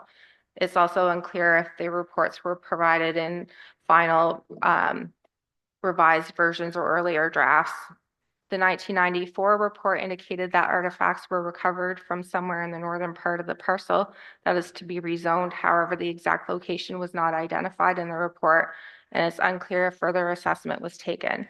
MCM therefore considers the subject lands to have archaeological potential and recommends that a new stage 1-2 assessment of the lands be carried out to support the draft plan of subdivision before any site alteration or ground disturbing activities are undertaken. Public notice was provided on May 8th, 2024, and a public meeting was held on May 28th. 3 members of the public participated. 2 sought clarification on the application and another asked for details on the upgrades of Hampton Crescent. The person for asking for clarification on Hampton Crescent and 3 others contacted staff after the meeting about the application. Another asked for details on the grade of Hampton Crescent, and both were advised that the elevation of the roads at the north end are fairly close to existing and the road will drain to the ditch on the south side of the road in front of the new lots. In terms of the southeast end, the one who expressed interest in that area was advised that revisions to the detailed design for the subdivision are expected, and we can share that information once finalized. One person noted that they strongly disagree with any application to adjust the size of the originally approved lots. This development was approved and the lots were sold based on that fact, and all lots within the approved development would be a minimum of 1.5 acres classified as estate lots. They purchased there due to the fact that they wouldn't be in a normal urban size subdivision. One person asked for details on the wells in the area. They were advised that the applicant, through their subdivision approval, was required to complete a hydrological assessment, which was subsequently required updates as they completed the design works of phase 2. This assessment includes surveys of existing wells and installation of test wells. The assessments included recommendations for drilled wells for the new homes. The proposed zoning bylaw amendment is required to implement the related draft plan of subdivision. Alderville First Nations and Hiawatha First Nations both requested 120 meter setback to the wetlands. That request is in excess of the recommendations of the environmental impact study and would be difficult to defend should the application be appealed to the Ontario Land Tribunal. The wetlands and their recommended 30-meter setback are to be placed in an environmental protection zone. The plants that are within that zone will be retained, and the subdivision agreement will require a 30-meter setback to be planted and protected with an immovable barrier as requested by Lower Trent Conservation Authority. Staff working for the developer advised that the trees outside of the proposed EP zone are in good condition and remain on site and may be retained should future purchasers wish to do so. To address the concern with the archaeological assessments by Alderville First Nation and Hiawatha First Nation and subsequent advice from the Ministry of Citizen and Multiculturalism, a holding symbol is proposed to secure for satisfactorily addressing archaeological potential. The applicant has requested follow-up with MCM's staff to discuss a re-examination of their position. Should MCM change their advice, staff will provide details through a subsequent report to lift the holding symbol. MCM staff had advised that meeting engagement with external stakeholders and partners, including municipalities, has been put on pause until after the provincial election. The majority of the residential lands are proposed to be zoned rural exception number 69 holding. 3 lots, 11, 12, and 13 are proposed to be zoned residential exception number 70, RR-70-H. That zone contains an exception for a minimum lot frontage of 16 meters as opposed to 45 meters. This is appropriate due to the lot's location at the end of the cul-de-sac and the proximity to the wetland. The holding symbol will secure for the completion of a subdivision agreement and secure for the satisfactory archaeological assessment. I did receive some follow-up correspondence from Alderville expressing appreciation for the requirement of the archaeological assessment and concern that the 30-meter setback wouldn't be greater. They had asked if the EIS was completed to current standards and were advised that that is the case. And were advised that the provincial policy statement does not prescribe a specific setback. We typically would refer to the environmental impact for that requirement. The applicant had also provided additional correspondence.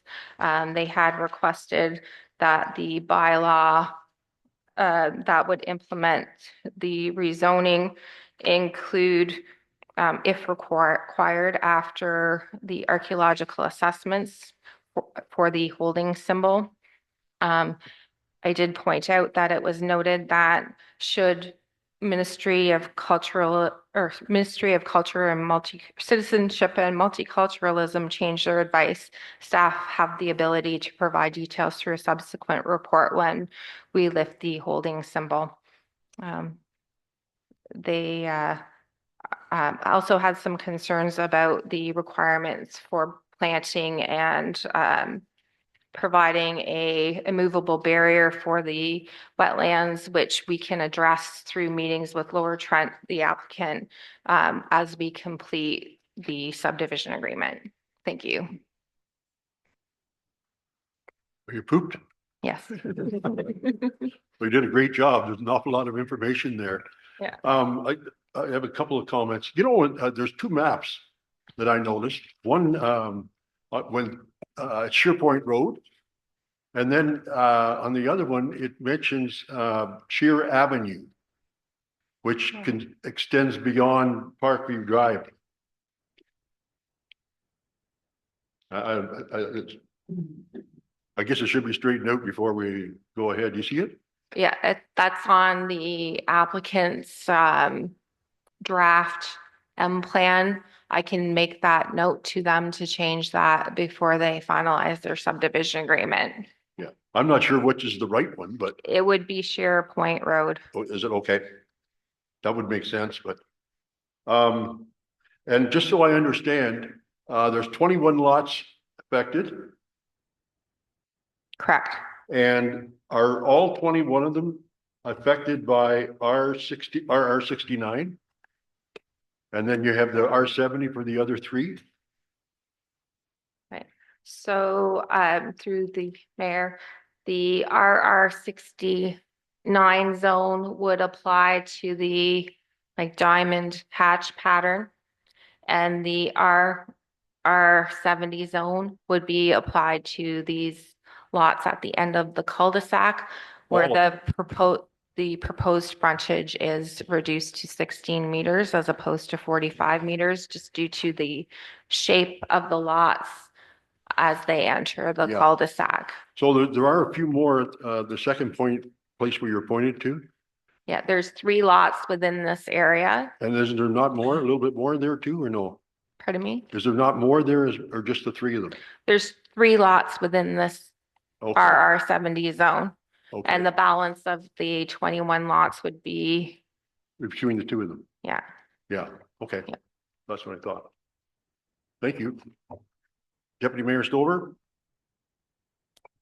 Not really much of a comment, Mayor Logal, but I find it interesting how they're projecting how many kids will be in the subdivision, 5 elementary and 3 secondary. That would be interesting to find out how they come up with that. And again, I'd like to thank our planner for this is very in-depth, and that's what we need and to have in place going forward. So thanks so much.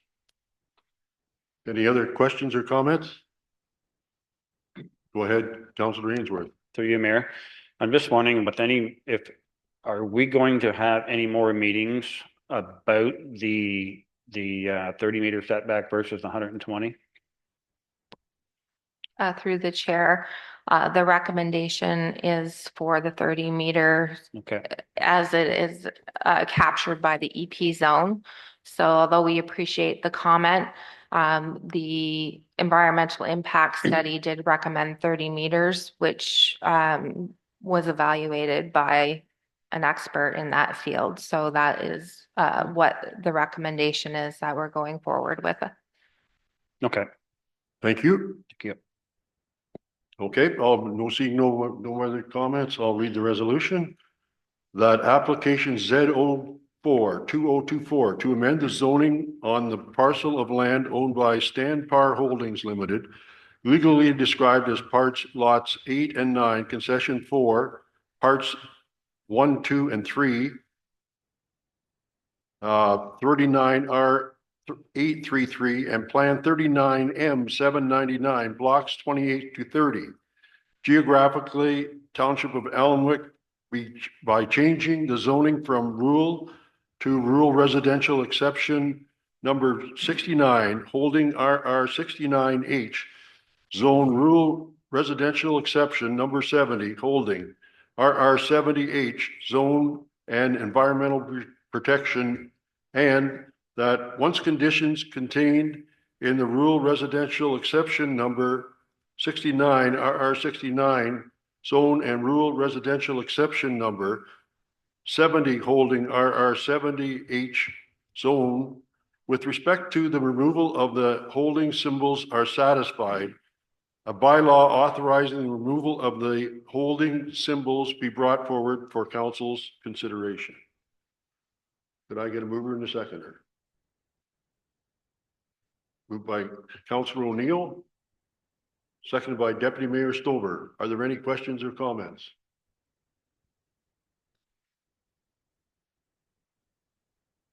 All in favor? The motion is carried. Then we're going to move on to a bylaw. Bylaw number 182025 to amend the bylaw 19209 zoning bylaw Z042024. It is recommended the Council of the Corporation of the Township of Allen-McCullum enact as follows: that bylaw number 182025 being a bylaw to amend bylaw 192019 zoning bylaw Z042024 be given a first, second, and third reading and finally passed this 25th day of February 2025. Can I get a mover and a seconder? Moved by Councillor O'Neill, seconded by Councillor Ainsworth. Any discussion? Seeing none, all in favor? That's carried. Now we're going to move on to administrative reports. And we have update Northumberland County Municipal Restructuring Study Request. That council received report CLK 2025 Northumberland County Municipal Restructuring Study Request for information. Can I get a mover and a seconder? Moved by Councillor Booth, seconded by Councillor O'Neill. We're going to receive this, and aren't we also supposed to make a recommendation? Or pardon me, say whether we're committed to it or not? Yeah. Okay, but we should first receive it? Okay. Any, I didn't move in a second, so we'll move it in a second at first. Oh, I did? Okay, yeah, I did. Thank you. Any questions or comments on this report from staff? Councillor Ainsworth. To you, Mayor, I'd like to make a recommendation that we don't support it. Okay. We've got to go through this one first. Yeah, received for information. That's what's on the table now. If you want to bring something else up, then we can do that after. Yeah. So you want to receive the report, or do you have any more comments on it? Councillor Booth. Through you, your worship, just a clarification in the report, and I'm just trying to get there now. I should have. Staff is actually recommending option B, which would mean the county would select one or two services to reevaluate and develop an assessment. Is that what the county's looking at doing? To the best of my knowledge, that was what they were thinking about first. So do we have an idea of what services, like? They were, my understanding of it is the CAO and all members of the 7 municipalities CAO are going to sit down and make a recommendation to county and this group here and all the other municipalities of what they thought they should be tackling. So do we have an idea? Like, I don't even have an idea. Are they talking about, I don't know, bridges, culverts? There was a list on the back of that provided all the different things that the county and member municipalities were involved in. Mm-hmm. That's why I guess I'm trying to think, did the county have some that were more, I mean, there's a huge list there and they're only going to look at one or two things. So I just didn't know whether or not, they had an idea of which ones they were looking at, right? Yeah, I understand what you're saying. There was no comments or thoughts on which one they were going to pick. Okay. Should they decide to do that. And just one other clarification is it talks about in the report there that there should be no cost to that the county was picking up the cost of this. That's my understanding, and I think we should, if we decide to go ahead, we should be stipulating a few things to make it clear that, and that would be one of them. Okay, thank you. Councillor O'Neill. So what I'm interpreting from what I'm seeing is the county's asking us if we want to enter into that conversation and that research. Yes. Will they come back once they have sort of narrowed down the targets or not? Do you have any sense of that? If you, I don't, but we could also stipulate that, we're willing to get involved as long as we can step out if that, there's some things that we don't partake in at all. Go ahead. I think it's clear in here that we don't have to accept the results of it at the end. Mine's more of a process in terms of, information flow back and forth between the county and the lower tier. I'm not sure exactly what you're asking, but I would think the CAOs would be able to do that. Okay, so long as that's the path we're using, I just think it should be clear what path we're using. Yeah, well, that's probably the right way that I would expect there would be a CAO report coming out of the county, and member CAOs would be able to explain where they are and what's going on from there. Any other questions or comments? Deputy Mayor. Through you, Mayor Logal. So if I'm understanding this right, we're just receiving this for information at this time, and we will wait for information as it comes forward. Am I correct in thinking that way? My understanding of it is that they asked for a commitment one way or another by March the 3rd, is what I recall. Is that right? That's correct. How I read it, yeah. Uh-huh. Did I answer your question? So I would really like us to kind of sit in the bleachers right now. Either we're going to be in the bleachers or we're not going to want to take part in anything for information. Would that kind of be a simplified version? My thoughts on it, if they pick out something that we're interested in, and it could affect our residents, then we should be involved in it. Mm-hmm. Okay. That would be my thoughts on it. I mean, if there's a better way of servicing, or a better way of less costly, I guess is what I'm trying to say, then we should be considering that. And I don't know what that means, but that's what the CAOs are going to have to get together with and decide for us. So I'm going to put the question to you. Shall we receive this report for information? All in favor? That's carried. Does somebody want to bring up something else regarding this? Go ahead, Mary Catherine. I'd like to make a motion that the Township of Alnwick Haldeman support moving forward with and exactly what the municipal restructuring study. Okay. Are you a seconder for that? Second by Councillor Booth. Any questions or comments?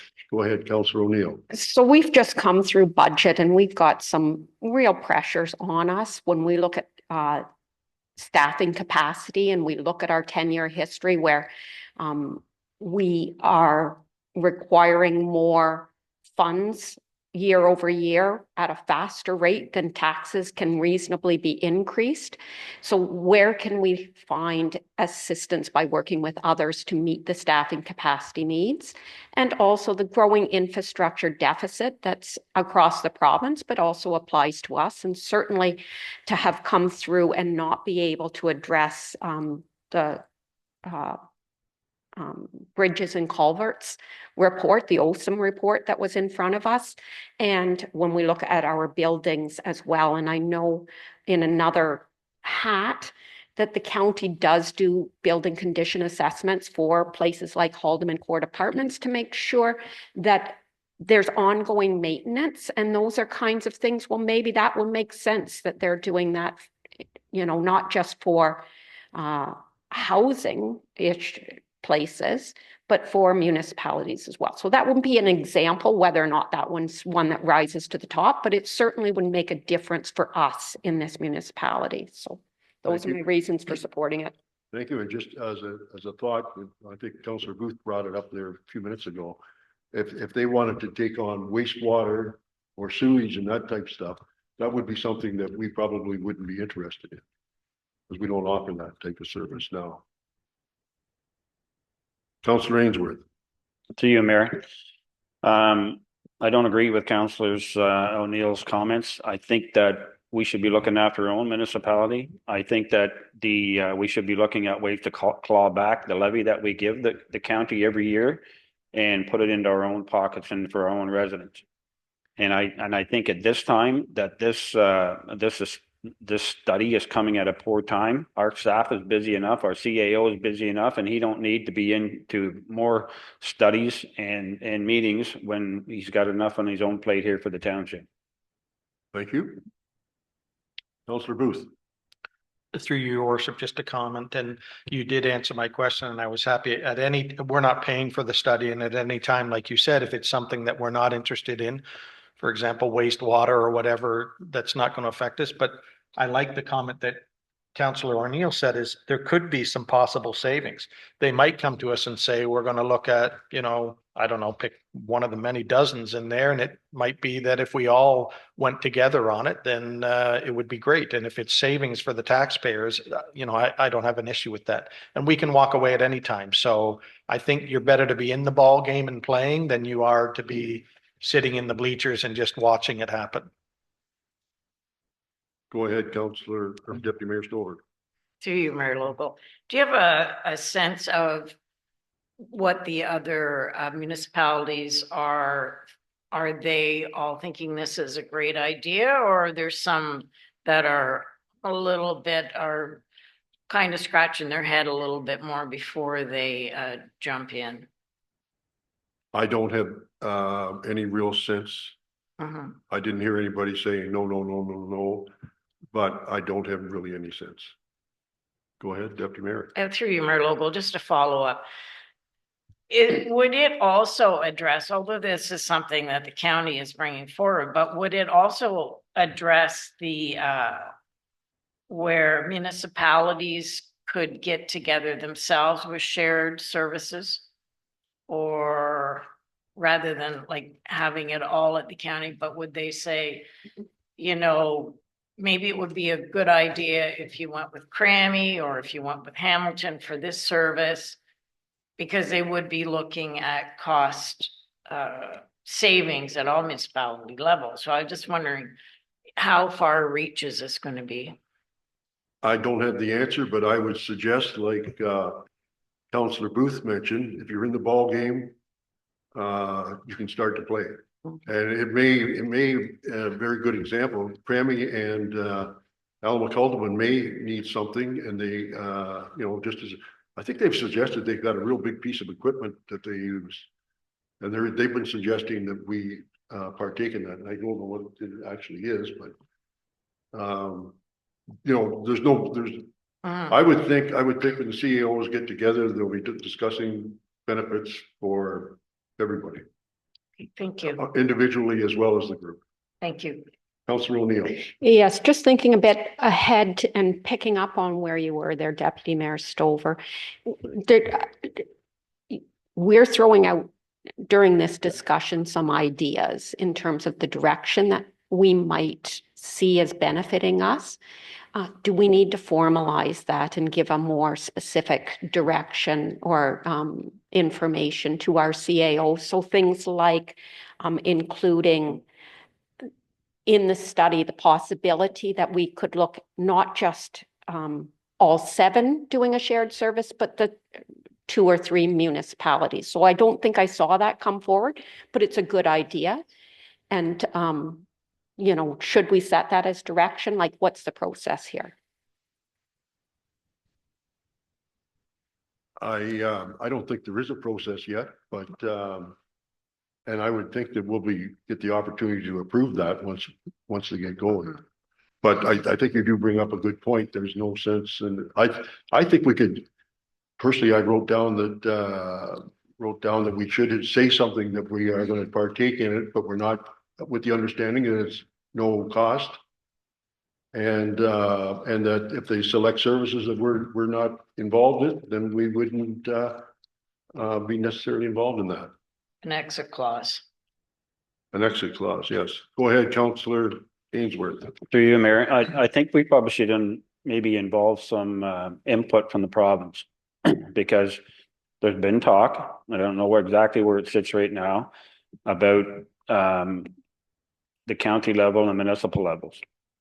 And if you look at the new provincial policy statement, it talks about everything going to the municipality.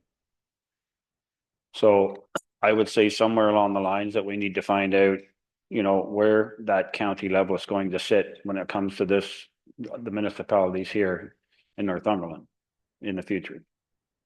Before we do all this other studies that might not mean nothing in the end.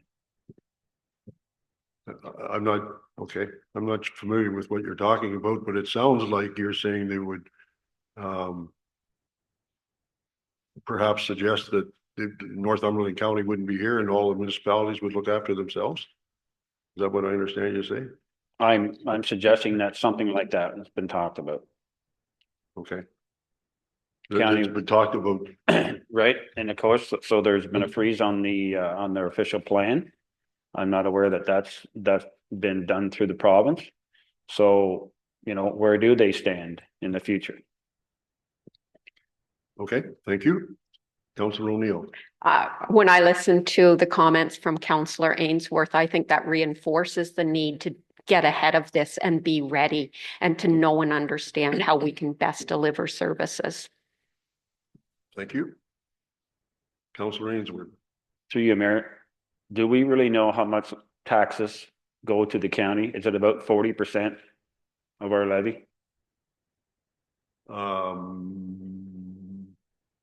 That would be pretty close to it.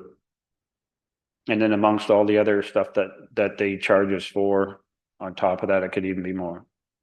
Yeah, and the 40%, I just want to make sure it's a little bit more. We give them a little bit more than we keep. But there's the education portion within there as well, which is roughly 20. So your 40% isn't too bad. It's probably 42 to them and 39 to us, and 20% for the education. But don't quote me on those. Yeah. I know I'm reasonably well, but I can't say that that's exactly what it is. Yeah, okay, good point. Councillor O'Neill. I mean, I want to draw attention to page 30 in our agenda package. You know, our social service and service managers, we don't have that capacity for it to be downloaded onto us. The county can barely do that, and they've got a much bigger department. And that's certainly one of the election campaign items, is this downloading of responsibilities, but downloading it onto a small municipality like us would be crippling. And there's a lot smaller ones than us too. Okay, so what do you want to do?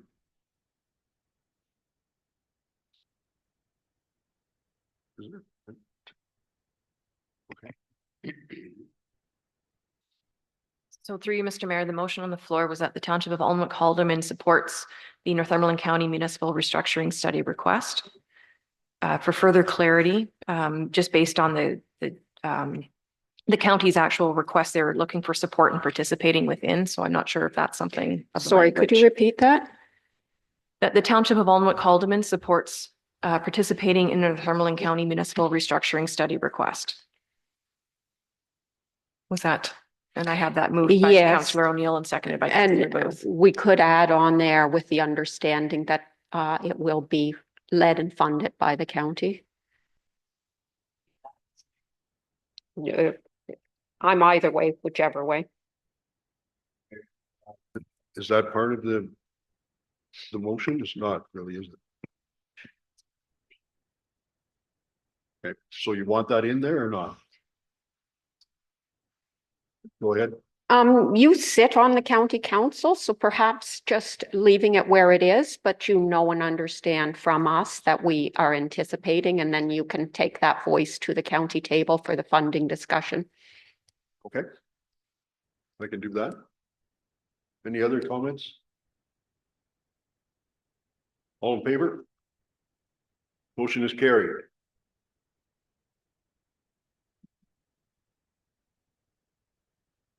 We're going on to bylaw number 19-2025. It is recommended, oh no, the bylaw number 19-2025 being a bylaw to adopt the proceedings of the municipal planning regular council meeting held on the 25th day of February 2025, and to authorize its execution be given a first, second, and third reading and finally pass this 25th day of February 2025. Mover and a seconder. Moved by Councillor Booth, seconded by Councillor O'Neill. All in favor? Motion's carried. And a motion to adjourn the municipal planning regular council meeting held on February 25th, 2025 be adjourned at 11:57 a.m. Mover and seconder. Moved by Councillor Booth, seconded by Councillor O'Neill. All in favor? Motion's carried. That's it. Thank you, everyone. Have a safe day.